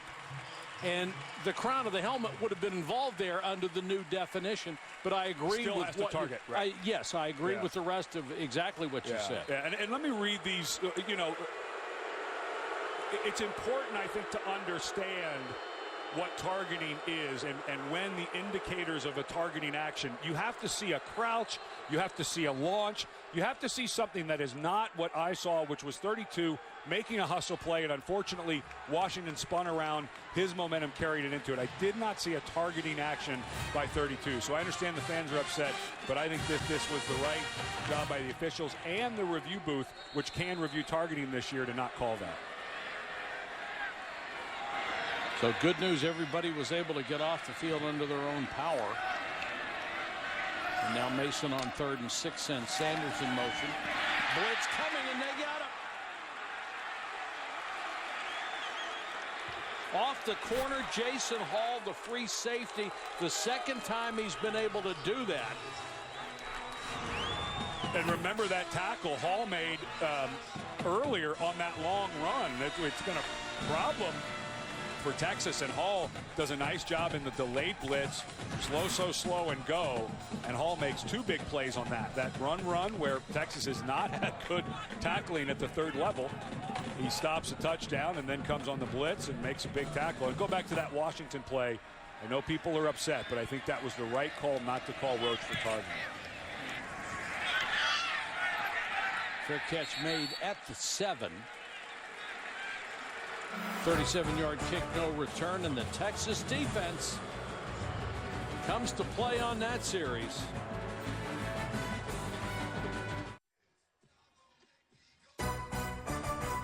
College football presented by Walmart. Brought to you by AT&T. Mobilizing your world.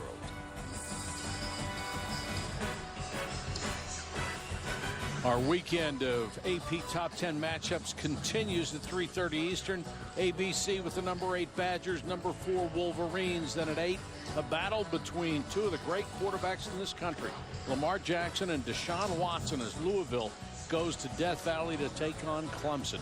Both games can also be seen streaming live on the ESPN app and watch ESPN. Shane Buechele and Texas offense start at the 7-yard line. Actually came out in the 18-wheeler, backed up to their own 7-yard line, bringing Swoops instead of Buechele. This formation has been so successful. Swoops again, not this time, he'll lose a yard. Here's Jerry Punch. Guys, the good news, James Washington is awake and alert. The bad news is I've been told he was unconscious on the field, and so by definition that is a concussion. He's being evaluated by team doctor Valjean Ivan. The head trainer, athletic trainer Kevin Blaski, says he will enter the concussion protocol, and he is done for the day. And Jerry, what a huge loss for them, though. One of the best receivers in the country. Texas has lost Chris Warren to injury, so a couple of stars unable to finish this ball game. And Foreman knocked down in the backfield. Good play by Devontae Averett. Averett, we mentioned, was banged up earlier in the game. Doc Punch made a report there. And he comes knifing through and making the tackle. And I want to go back, you know, James Washington concussed, and a good report by Dr. Punch. I still don't think that that was a malicious or illegal hit by the freshman Roach. I think he was making a good hustle play, and unfortunately, Washington's momentum was spun around to him as he got there. Buechele is back in on 3rd and 9, and I think it's obvious right now the Oklahoma State defense is going after Swoops and just disregarding the pass when he's in there. Buechele from the 1-yard line throws, intercepted. Back to the 1-yard line, Jordan Sterns. He's been a starting safety since his sophomore year, and he stepped in front that time. Buechele looked at it the whole way. You can see his body language, how dejected he is. And, you know, you go swoops, swoops, swoops, and then you bring in the guy to throw it. It's kind of obvious that you're going to throw it, but he's on that side. Look at that. Boom. He is on that side. He never, ever took Sterns, the safety, off of that throw. And Sterns, remember, was the guy who got shucked to the ground by Swoops on the touchdown run. And all of a sudden, after a rare mistake by a true freshman, this is a very good quarterback with his eyes, but that time he got locked in. And Sterns, a guy with a ton of experience, made him pay. Go with a power formation, 2 fullbacks, and Sanders. And he stopped short of the goal line.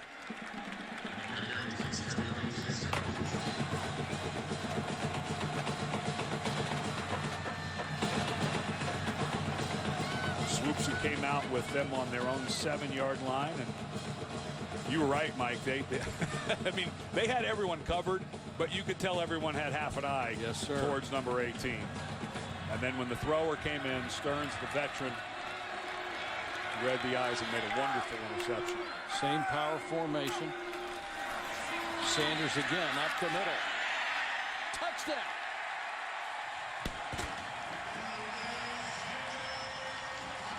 The graduate transfer from Stanford and the son of one of the greatest players that ever lived gets a score. Well, that was an excellent finish by Marcus Keys, the left guard. People talk about what's the most important part of a play. It's finishing right before the whistle. Can you continue to drive? And that time Marcus Keys did. I'm not sure on his feet Barry J. Sanders would have gotten in. I'm not sure if 75 didn't keep his feet moving, Barry Sanders would have gotten in. Followed that one, didn't you? Yes, I did. Yes. I'll take that for $1. The replay is confirming the touchdown, which they have. And what a tough afternoon for Charlie Strong after a bye week where he talked about getting more involved with his defense. And don't put that one on defense. That was an interception by your offense that gave the short yardage. But, and another block. Are you kidding me? I've never seen 4 block kicks in a game in my life. Well, the Oklahoma State offense doesn't need a lot of help, but they got it on this sequence with the big pick. So they got to start the offense at the 1, and it took them 2 plays to score.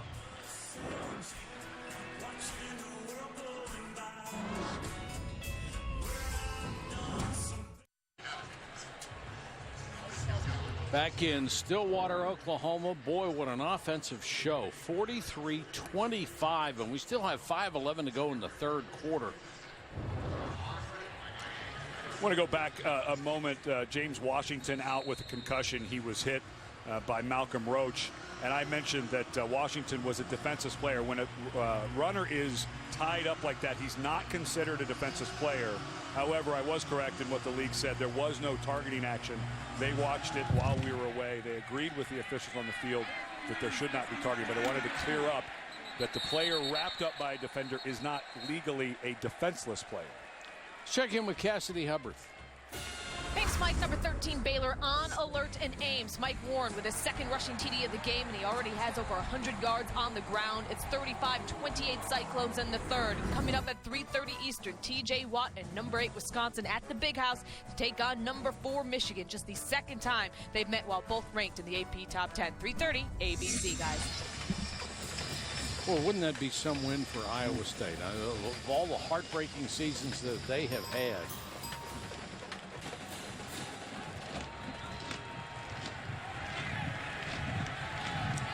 Feels like a little bit of a make or break drive here for Texas if they want to hang with Oklahoma State. Down by 18, you can't squander a whole lot more time because you don't figure Oklahoma State's going to be stuck on 43, do you? No. But you can still run it. The run game still has to be part of what you're doing.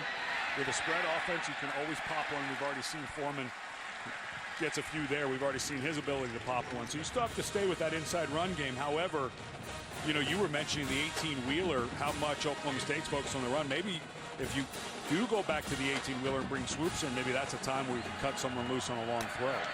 Middle linebacker Chad Whitener made that last tackle.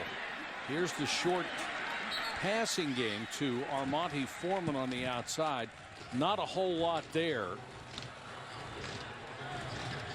And if you're Oklahoma State, remember we were talking to Glenn Spencer about them playing off and making Texas earn it. But that's what you do now. You're fine. If you're Oklahoma State defensively, you're fine if they're going to gain 3 or 4 or 5 yards per play because they will run out of time, and Oklahoma State's not going to be stuck on 43. Yeah, you're up 3 scores. You can afford to do this. That's for sure. Foreman again. Huge hole up the middle. Foreman. And they can't catch him. 72 yards. And the Oklahoma State defender lucky he didn't get called for a late hit there. Looked like Foreman was a couple of steps into the end zone. But that's why you keep running it, because of spread offenses and making defenses go as 53 yards wide. When you pop one, you can take it the distance. You can afford to give up 3 or 4 yards a shot, but not 72. Boy, I got to tell you, Ramon Richards is incredibly lucky that he did not get called for a penalty here. And right in front of the official. I'm surprised there wasn't a flag there. And also Foreman goes down. We were talking about how tight this field is. He gets kind of thrown into the walls, and Ramon Richards very lucky he did not get a personal foul on that play. And now that the adventure is back in the extra point, they're out to go for 2. Yeah, I like the adjustment. Texas has had 3 point-after touchdowns. And so with Foreman tired, Chris Warren the third injured, in comes the freshman Kyle Porter. Although I feel like this is going to be swoops running. They're tired of getting kicks blocked, so now they're going for the 2-point conversion. And plus you're down 12, so it makes it a 10-point game if you get the 2 instead of the 1 as well. So it's on the number of when you're supposed to go for 2 as well. They've got to hurry to get this off. And they do. Swoops with a hesitation. Trying to go to the outside. Can he beat 2 guys? No. Defense very well. Whitener was there, the middle linebacker, and he had help. So they've done a pretty good job in the second half of bottling up the big man.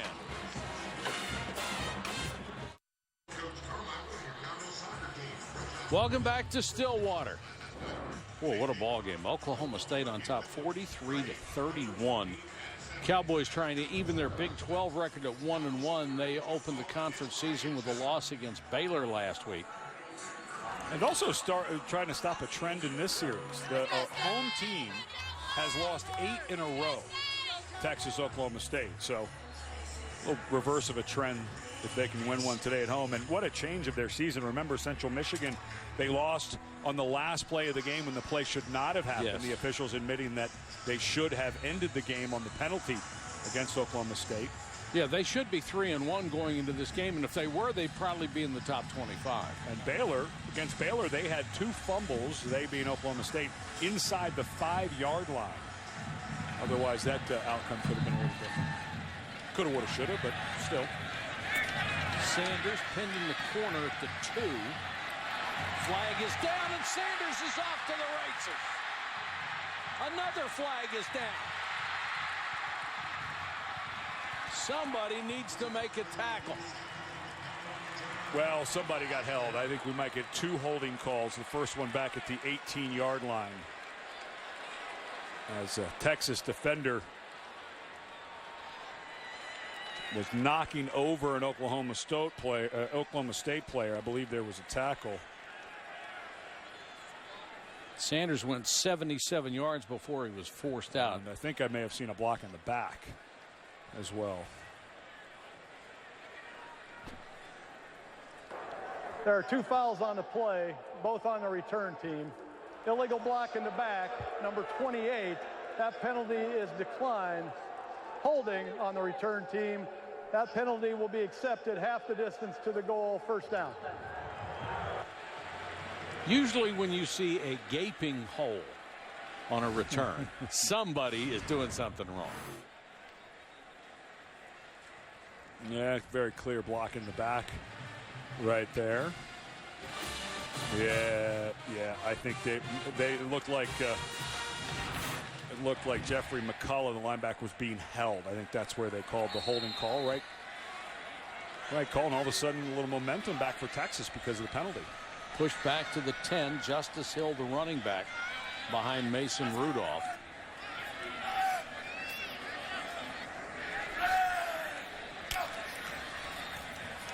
Hill off the left side.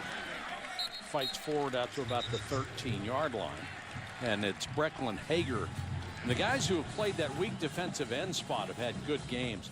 Hager and Roach. Nashawn Hughes was over there for a few plays. Rudolph somehow gets away and throws complete for a first down. There is another flag down, though. Yeah, this is definitely going to be illegal receivers downfield. The offensive line again for Oklahoma State, thinking Rudolph was going to take off, and instead he pulls it down. I believe they're going to get the center Lundblade again. Ineligible downfield. Offense number 56. The pass was caught beyond the line of scrimmage. 5-yard penalty, replay, second down. Larry Williams, the right guard. But what an excellent job by Rudolph today. The pocket has been destroyed a few times. That time it was blown up by Nashawn Hughes, who's having a monster game.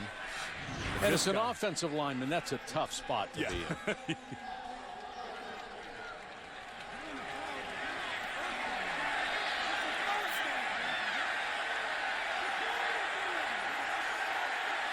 Texas coaches on the field really upset Charlie Strong. Well, he's wanting to decline it to make it third down. He doesn't want to take the penalty, but they completed the pass. So if you decline it, yeah, then you're in trouble. Yeah, you don't want to decline this because the pass was completed. So you'd get the result of the play. The ruling on the field was a completed pass. Texas does want to accept the foul for an eligible downfield. So they went over and said, no, you don't want to decline this. Yeah. Well, Charlie was showing the decline penalty, and I think the official went over and helped him out. But and far side of the field, a lot of bodies to see. You can see why there'd be a little bit of confusion, but clearly, if you're Texas, you want to take that penalty. Now, obviously, he thought the pass was incomplete, or he wouldn't want to turn it down. Well, and you know what? In fairness to Charlie, he was making the incomplete pass signal as well as the decline penalty. So he may have been asking, hey, was that incomplete? And when told it was complete, say, of course, I'm going to accept it. So right decision made, whether he was saying incomplete or decline. They got it right. Child's got a couple on the draw. It would be 3rd and long. Clock running, 2:58, third quarter.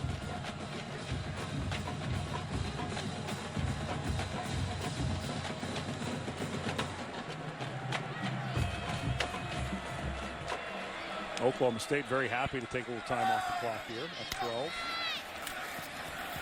Fake the draw. Rudolph throws it away. Well, you just need a stop. You need your offense to show up, make a score, which they did, and all of a sudden you get a stop, get off the field on 3rd down. If there's one thing we know, Texas can rush the passer. They have 3 or 4 guys that can really get after it. So if they start figuring out how to play a little better in the secondary, this could be a pretty good group. But anytime Mason Rudolph has had to drop back, he's had at least one guy beating his one-on-one block and getting in his face. Signer to kick to Foreman, who waits on this side of the 50. And Signer, good job getting the thing out of there in a hurry. Foreman let it go, and that'll cost him about 10 yards. 50-yard punt. We check in with Cassidy Hubbard. All right, Mike, Iowa State's Joel Lanning entered the day with the 3rd worst QBR among Power 5 QBs, but having a stellar day. 17 of 20, 261 yards, 2 TDs so far, including this one to Carson Epps. 42-28 Iowa State now. And 3:30 Eastern, number 8 Wisconsin, looking for their 3rd AP Top 10 win of the season, taking on number 4 Michigan next on ABC. Back to you guys. Better have your big boy pads for that one, I think. And they better be khakis.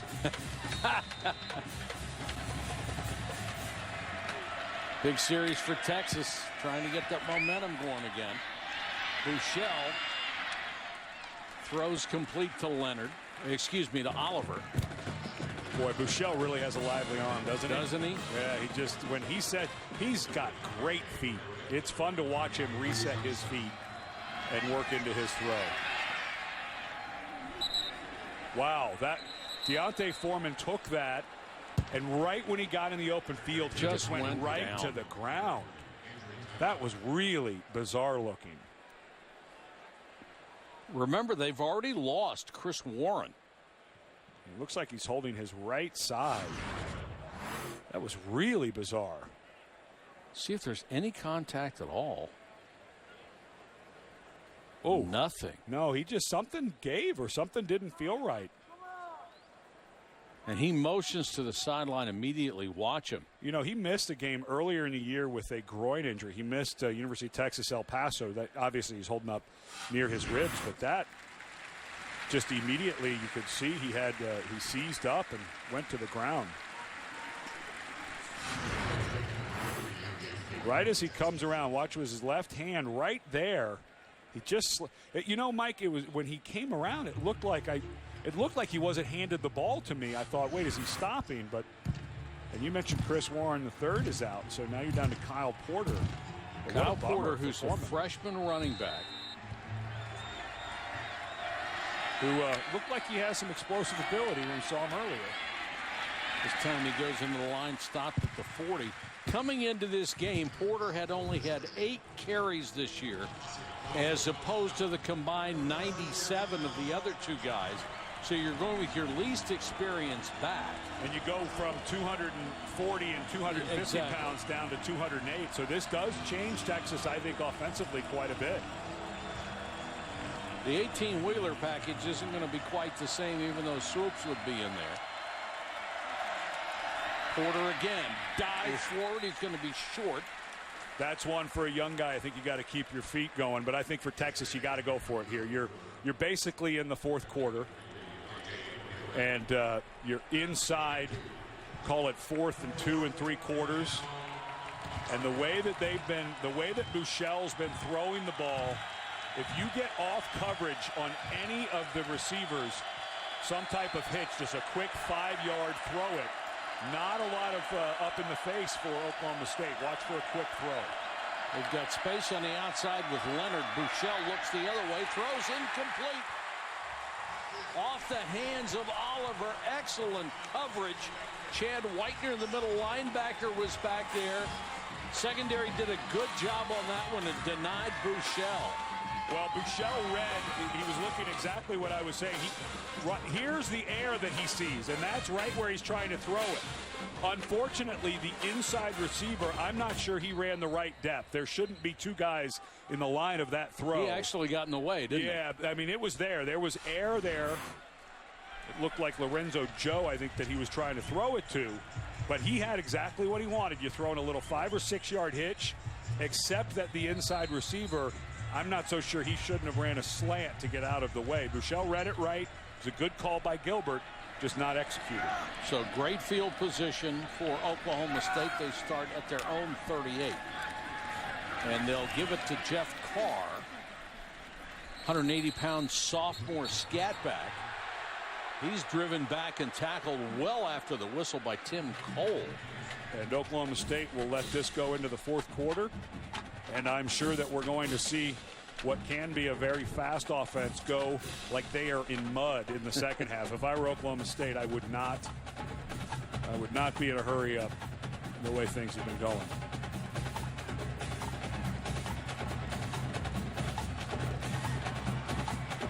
And you're right, they're in no hurry. Yep, and Texas scores, down to their third running back for the rest of this ball game. That's the end of the third quarter. This presentation of college football will continue after this message and a word from our ABC station.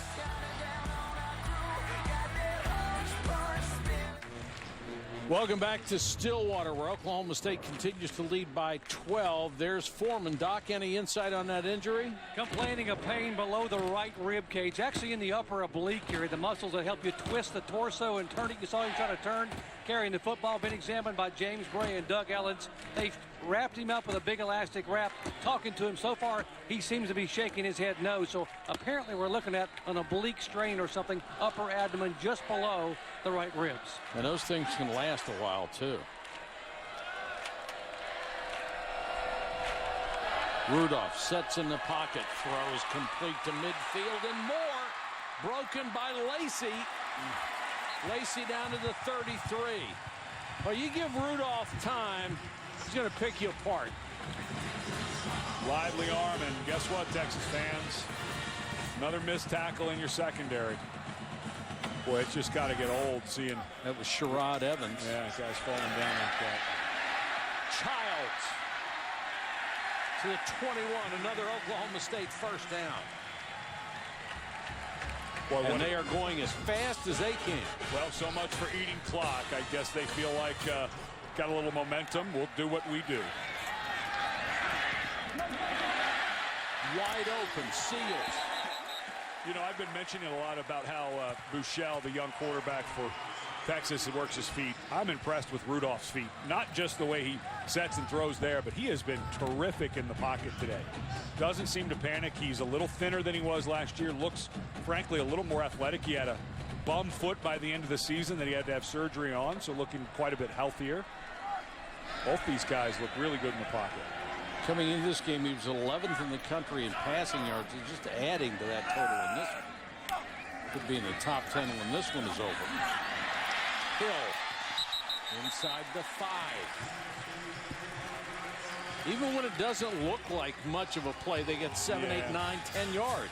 But here's what's just, and this is a true freshman, but right there, Malcolm Roach, he's there. And it's guys just looking like they're flat-footed. Roach, of course, is the guy who made the hit on Washington that knocked him out of the ball game. But even when Texas seems to have somebody there, they seem flat-footed. They do not seem confident in what they're doing. Hill is the running back, first and goal. Justice Hill inside the 5 near the 3 before he's pushed back. And this is where, for your Oklahoma State, you really miss a guy like James Washington, the receiver that Doc Punch reported was concussed when that hit happened. He's a guy who can run the fade, the jump ball over in the corner. He can also work the back of the end zone. So now Got to get some other guys involved. Of course, we already saw Chris Lacey with a long catch. It might be Seals. They really like him on the outside as well, but Washington has gotten all the publicity. Well, it's top side. To the right is where Seals is. If you're going to throw it, right up there is your place. Hill takes the handoff, hitting the backfield and taken down. Dropped by McCulloch. Well, and there's a defender down. Bryce Cottrell is down for Texas. And that was just horribly blocked. 91 Cottrell is the guy who got in there first. You know, and 3 points doesn't do much for you here. You're up 12. It only puts you up 15. I'm not so sure you're not going for it on 4th down if you don't get the touchdown on 3rd if you're Oklahoma State.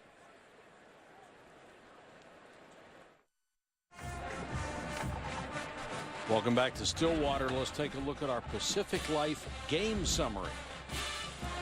Well, for Texas, they've had a lot of luck running the ball. Unfortunately, their top 2 running backs now, Chris Warren and Deontay Foreman, out with injuries. And I've recanted. We were talking about whether you go for it here. I think 15, we were talking about that forces you to go for a 2-point conversion at some point. So it's kind of 2+ scores. So maybe the field goal does make sense here if you're Oklahoma State. 3rd and goal for Rudolph. Pressure coming. Steps up, trying to run for it inside the 5 to the 4, no further. And Gundy in no hurry. Mike Gundy, the head coach of Oklahoma State, in no hurry as Brad Lundblade. That's bad news if your center goes down. Lundblade's slow to get up. But Mike Gundy, he's not convinced. And I believe Mason Rudolph lost his helmet on that, so he wouldn't be able to play the play. Yeah, so he wouldn't be able to play the play. Now, if you have a timeout, you can buy that back. And the helmet came off at the end of the play on a legal hit, so he would have to sit out. Now, what you can do, because if you have a timeout, which Oklahoma State does, if you decided to go for it, you could call that timeout and put him back in. However, it looks like they are choosing, Oklahoma State is choosing the 3 like we were talking about to get it to 15, which is 2 touchdowns, including a 2-point conversion, which is Grogan's on the field. Yeah, about a 50-50 chance, so this is figuring out those numbers. Spot the ball just outside the 11-yard line, so it will be a try of 21 yards. Will we have our 5th of the game, Mike? Coaches certainly hope not. Delay a game on the offense, 5-yard penalty, 4th down. This is actually pretty good. It makes the angle a little bit better on the field goal. And what's amazing, and officials, it blows their mind, you can decline that if you're Texas. For whatever reason, and Charlie Strong's not the only one. Everyone thinks that's an automatic thing, but you can decline any penalty. So that one you can decline as well. And obviously 5 yards in distance makes no difference to a kicker. But the angle certainly helps. 46 on the board for the Cowboys. 46.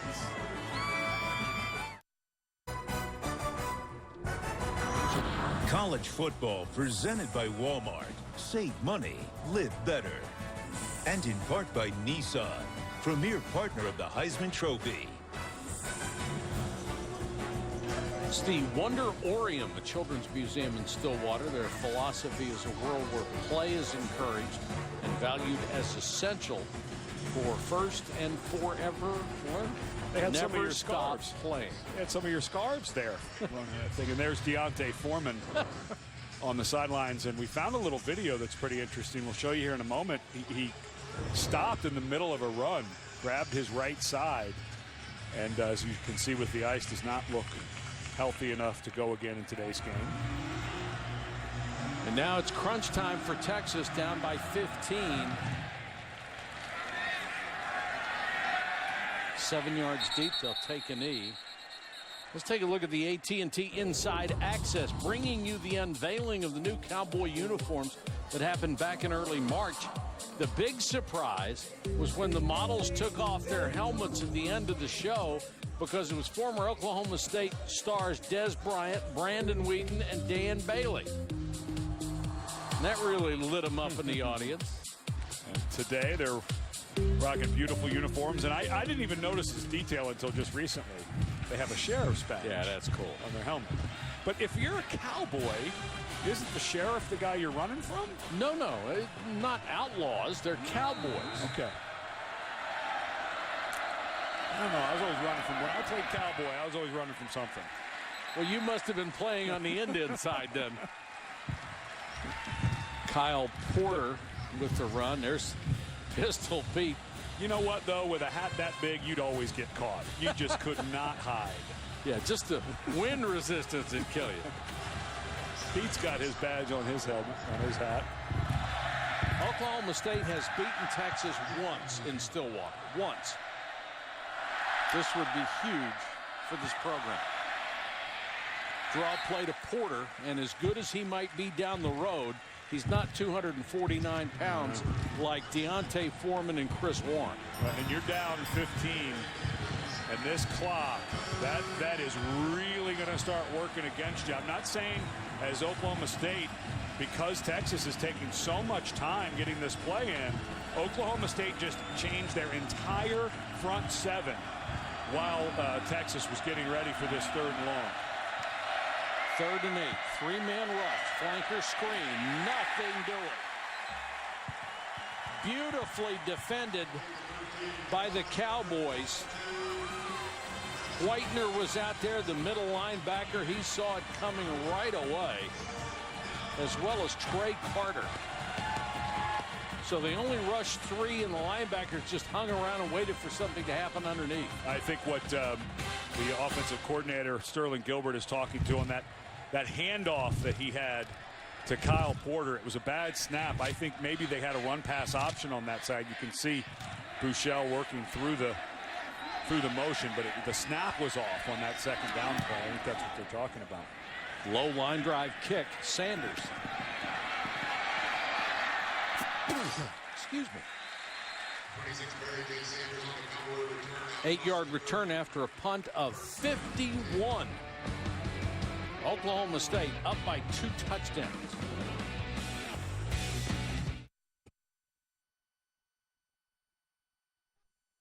Anytime you deal with a team of that caliber, you know you always got to be on your A game. This is why we came here. This is why we came to play Big Ten, great opponents like Michigan. We're executing right now. They beat, I think, 2 top 25 teams now. We're going to be ready to go. We'll be prepared and excited for the challenge. I think this will be one of the biggest challenges that we face throughout the season. They played very good competition and came out victorious. But as far as that, we don't really care about who they beat. They haven't played the Michigan Wolverines yet. Potential to just be a classic Big Ten football game. Smash Mouth won and lost in the trenches. Starts at 3:30 on ABC. 2 top 10 teams. Oklahoma State will start at the 31.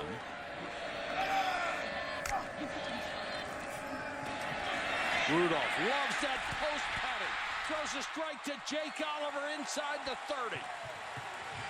Well, when he has a chance to set up and stride into that pass, he throws a beautiful ball, doesn't he? And just Keenan Brown just running wide open down the seam. More confusion for Texas, just not identifying the eligible receivers, it looked like.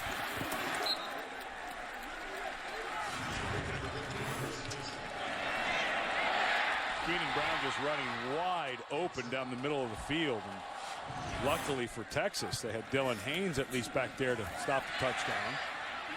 This thrown into the ground by Rudolph as he was being pressured up the middle, and then he was hit late and went down.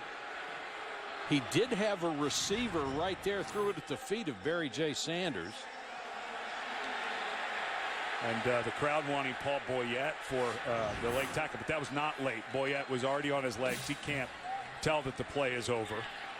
And that is not a low hit on the quarterback. He was above the knee, and he was not charging through the legs. So a good no call, even though the crowd here wanted it.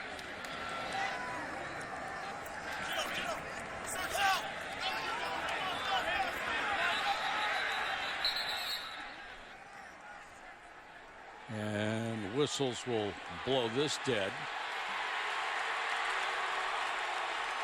And Coach Gundy is really upset.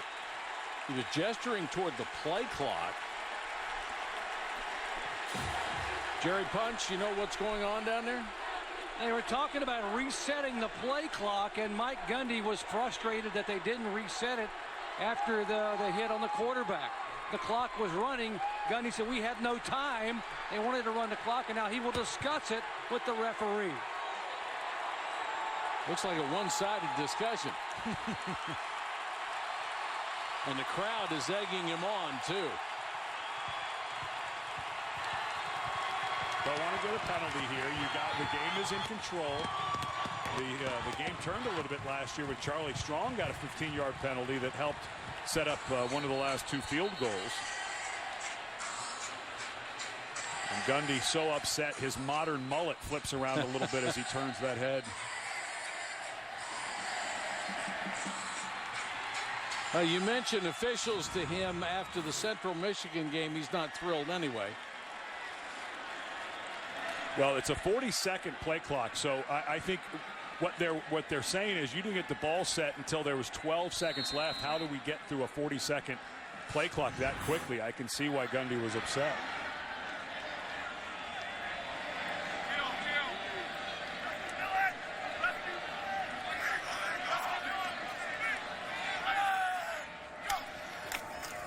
Hill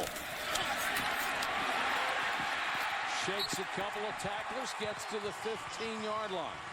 And unless Texas can clean up the tackling, it's going to be a long season, isn't it? And it's going to, and I think Oklahoma State's going to catch some people off. I think Oklahoma State's going to have a lot to say with what happens in the Big 12. I don't think there's any team in this conference, when you watch how they play, it's easy to look at their record and say they've lost 2, but if Baylor goes down to Iowa State today, just forget the Central Michigan loss.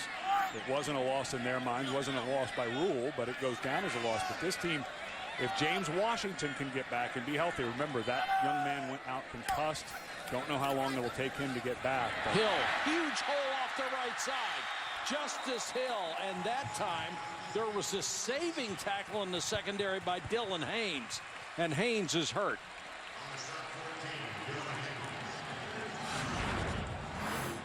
Well, you don't want to start losing guys. It's been bad enough. You don't want to start going down the depth chart. But this is the running game that Mike Gundy and his background. Remember, Mike Gundy was a quarterback here at Oklahoma State when Thurman Thomas and Barry Sanders were the running backs. So he's always That's a good time to be here, isn't it? Yes, it was. But he's always wanted a physical run game. They couldn't quite do it the last 2 years. He said we balanced up our offensive numbers with smoke and mirrors, he called it. But now with a guy like Justice Hill, they're starting to get a little groove. Tonight on ESPN after Arizona and UCLA, don't miss SportsCenter at night. Lisa Kearney and John Buccigross. They'll have all the highlights from college football, the playoff races in baseball, the Ryder Cup as well, NFL news and everything else on a busy sports day. SportsCenter at night after Pac-12 football on ESPN, as well as streaming live on the ESPN app and watch ESPN. Well, do you think that Pac-12 game will match up to what we did for the late game last week? Arizona State scored 31 points in the fourth quarter against Cal. It was impressive, no doubt about that. 2nd and 3, Oklahoma State with a chance to put this one away.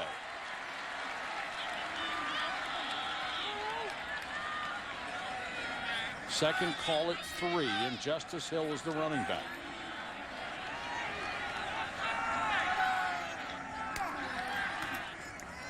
Hill off the left side, knocked to the ground near the 7. There's Hager, who was unblocked. Leaned back in with his shoulder. He's a pretty good-looking player, isn't he? Yeah, his dad was a good player, too. Britt was an all-conference linebacker. Careful drop in the head there. Not a defensive player, so you are an excellent job. That was one of those spin back inside. Terrific effort, but I'm not sure he knew that the running back was going to be right there.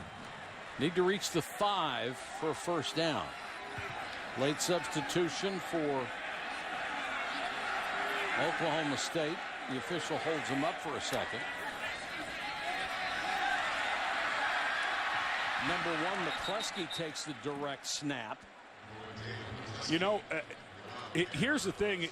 A field goal here puts you up 18, so you're 3 touchdowns. The problem is we've had 4 block kicks. And with this clock running and the way you've played, I think you kick it. I think you do, which is what they're going to do.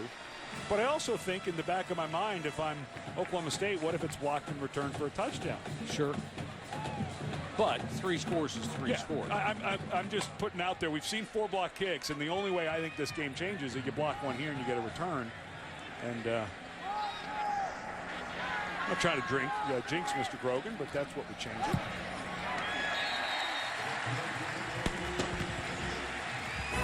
No jinx on this one, and it's 49-31, only 6:44 left. Texas in a world of trouble.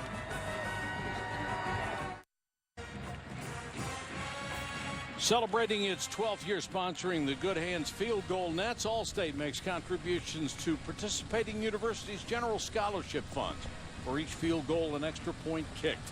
To date, Allstate has contributed millions in scholarship funds. If they had chipped in for block kicks today, there'd be more money in the fund. 49-31. That looks good. You'd be a Cowboy, you need to dress like one. Was that a real mustache? I don't know. Duvernay brings it out. They need a big return and don't get it. He's up to the 24 as we check in with Cassidy Hubbard. Thanks, Mike. Lotta scoring across the Big 12. Baylor fighting back. Terrence Williams into the end zone to tie things up at 42 with about 6 to play in the 4th quarter there. And coming up next, big game at the Big House. Number 4 Michigan and number 8 Wisconsin. If Texas Oklahoma State runs long, this game will start on ESPN News. Mike, Ed, back to you. Ed, you wouldn't have a fake mustache like that. I'm looking close. Kudos if he has gotten that thing to stand at attention as much as it does. But hey, there's mustache wax, you know? Texas in trouble, so is Buechele. Down he goes in the arms of Vincent Taylor and Billy Tuveni. They were all up in Buechele's mustache that time. As soon as he got the snap, there wasn't much to do, and Vincent Taylor having himself a big day. He's got 2 blocked PATs. One of them he pitched to his teammate, Trey Flowers, to get 2 points.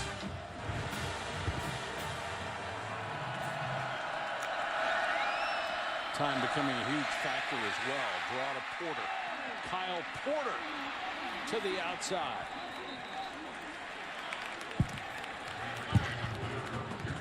And you'd think for Texas, just a tough day. Chris Warren went down with a knee injury out. Deontay Foreman, the other big back who had such an explosive day, out with an apparent injury to his right side. And there's a penalty at the end of this for a late hit. I think Buechele was flattened.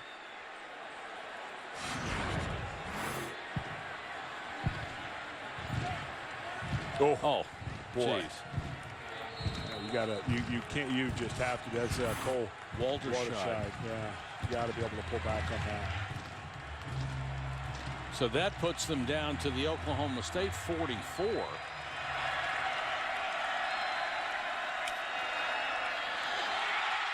Loose ball recovered by Texas. But that's just a waste of about 30 seconds, and Oklahoma State was coming after him that time. Well, and a true freshman, Zach Shackelford, starting in there for Texas, and things just starting to go sideways. Shackelford just kind of missed that one.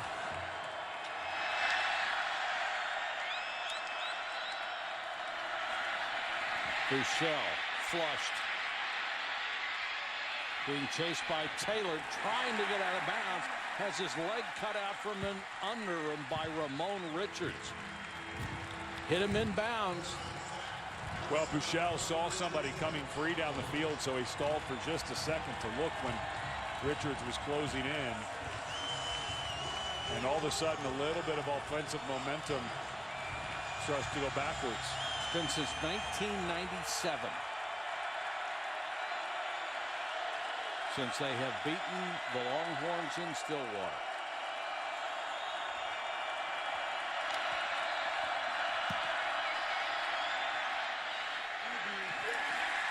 Buechele deep out of bounds. Well, you got to go for it on fourth if you're Texas. If you think you can win the game, no doubt, this is the time. Well, if you're going to punt it away, this is white flag. If you're punting, you can't win. Punting the ball away. I don't understand the decision. Yeah, you can't. You just can't. Yeah, this is a white flag. If you're deciding to punt, you're down 3 scores with 4:38. Yeah, the thought that you'll get it back 3 more times and be able to score 3 more times is a fantasy. Especially your defense is going to be a little tireder now, but yeah, I'm just not quite sure why you punt. I know it's 4th and a long, but at this point in the game, down 3 touchdowns, you got to be able to go for it. Dixon, no sign of a fake. Fair catch made at the 6, but only 4:29 left in this game. Weekend of top 10 matchups continues today at 3:30 on ABC. Number 8, Wisconsin at number 4, Michigan. Then at 8, a battle between 2 of the nation's top quarterbacks and top teams.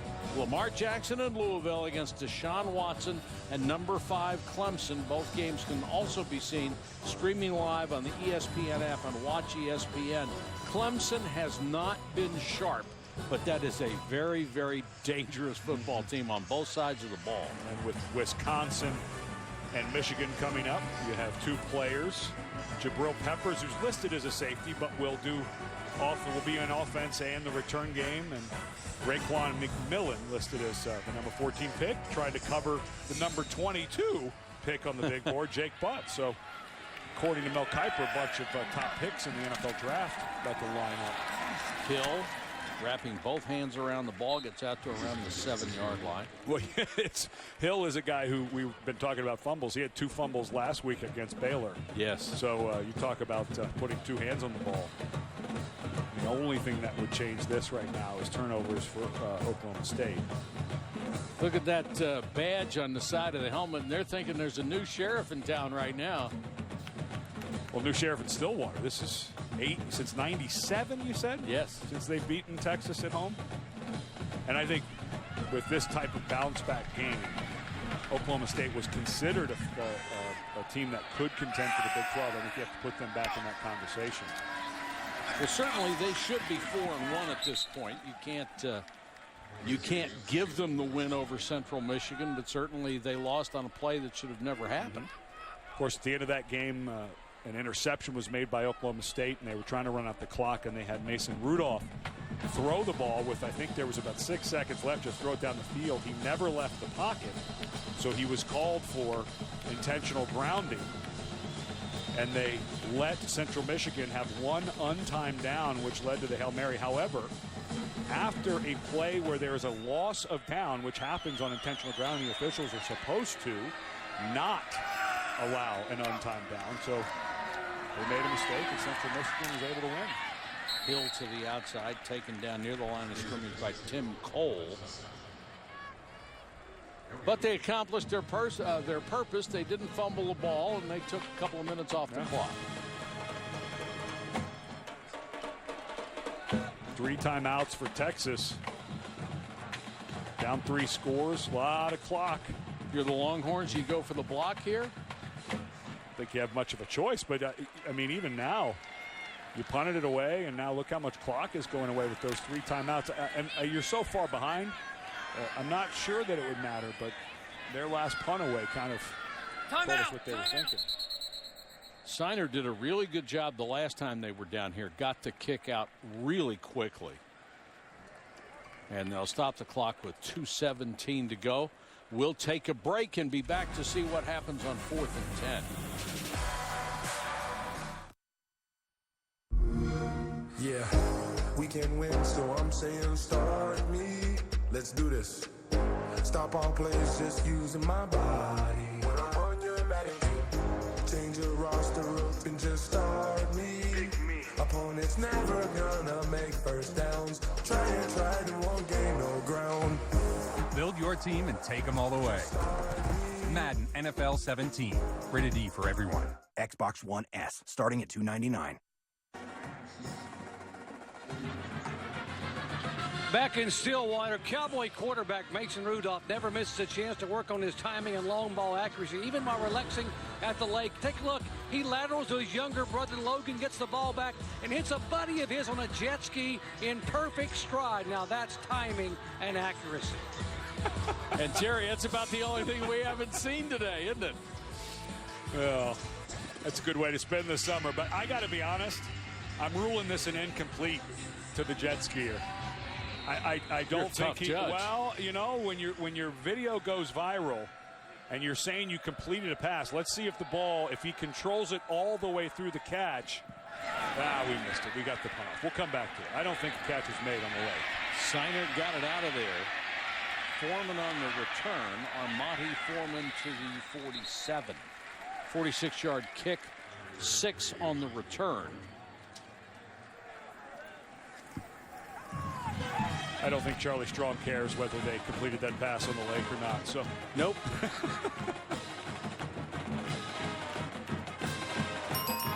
Rough day. There's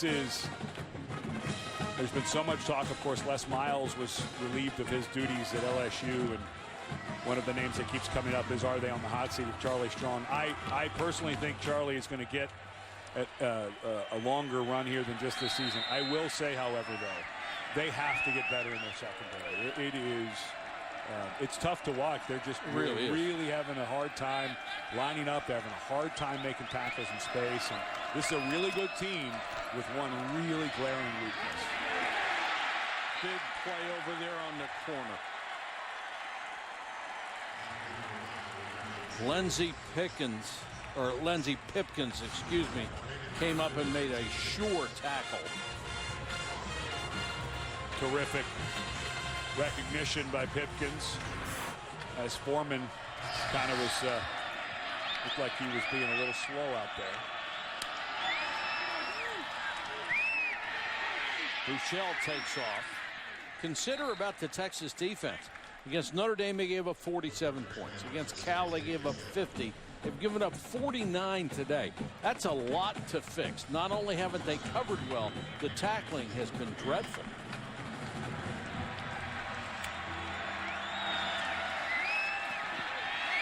Buechele with time has to throw underneath. Ball tipped and almost intercepted. Colin Johnson had his hands on big target at 6'6".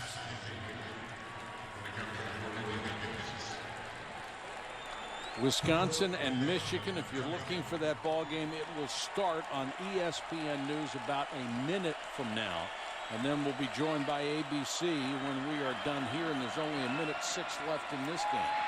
Buechele takes off, has the first down. They will stop the clock to move the sticks.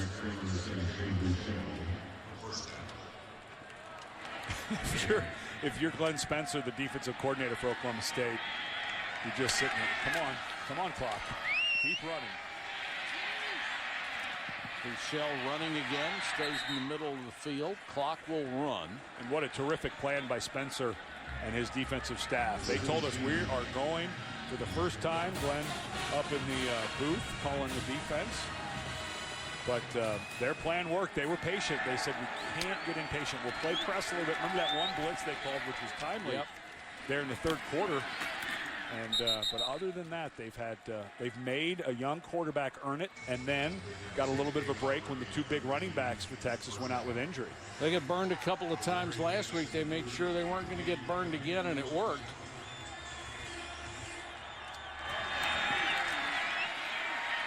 Buechele trying to buy time and throws it out of bounds with 7 seconds left.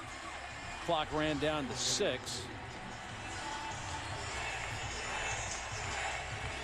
If you're the defensive coordinator of Oklahoma State, Glenn Spencer, right now, you do not want a cheap touchdown here. First time in the booth for Glenn Spencer since he got to Oklahoma State. He does not want to see a cheap touchdown here at the end. Three-man rush. Broussel throws underneath to Oliver. And Oliver taken down at the 10. And that's it.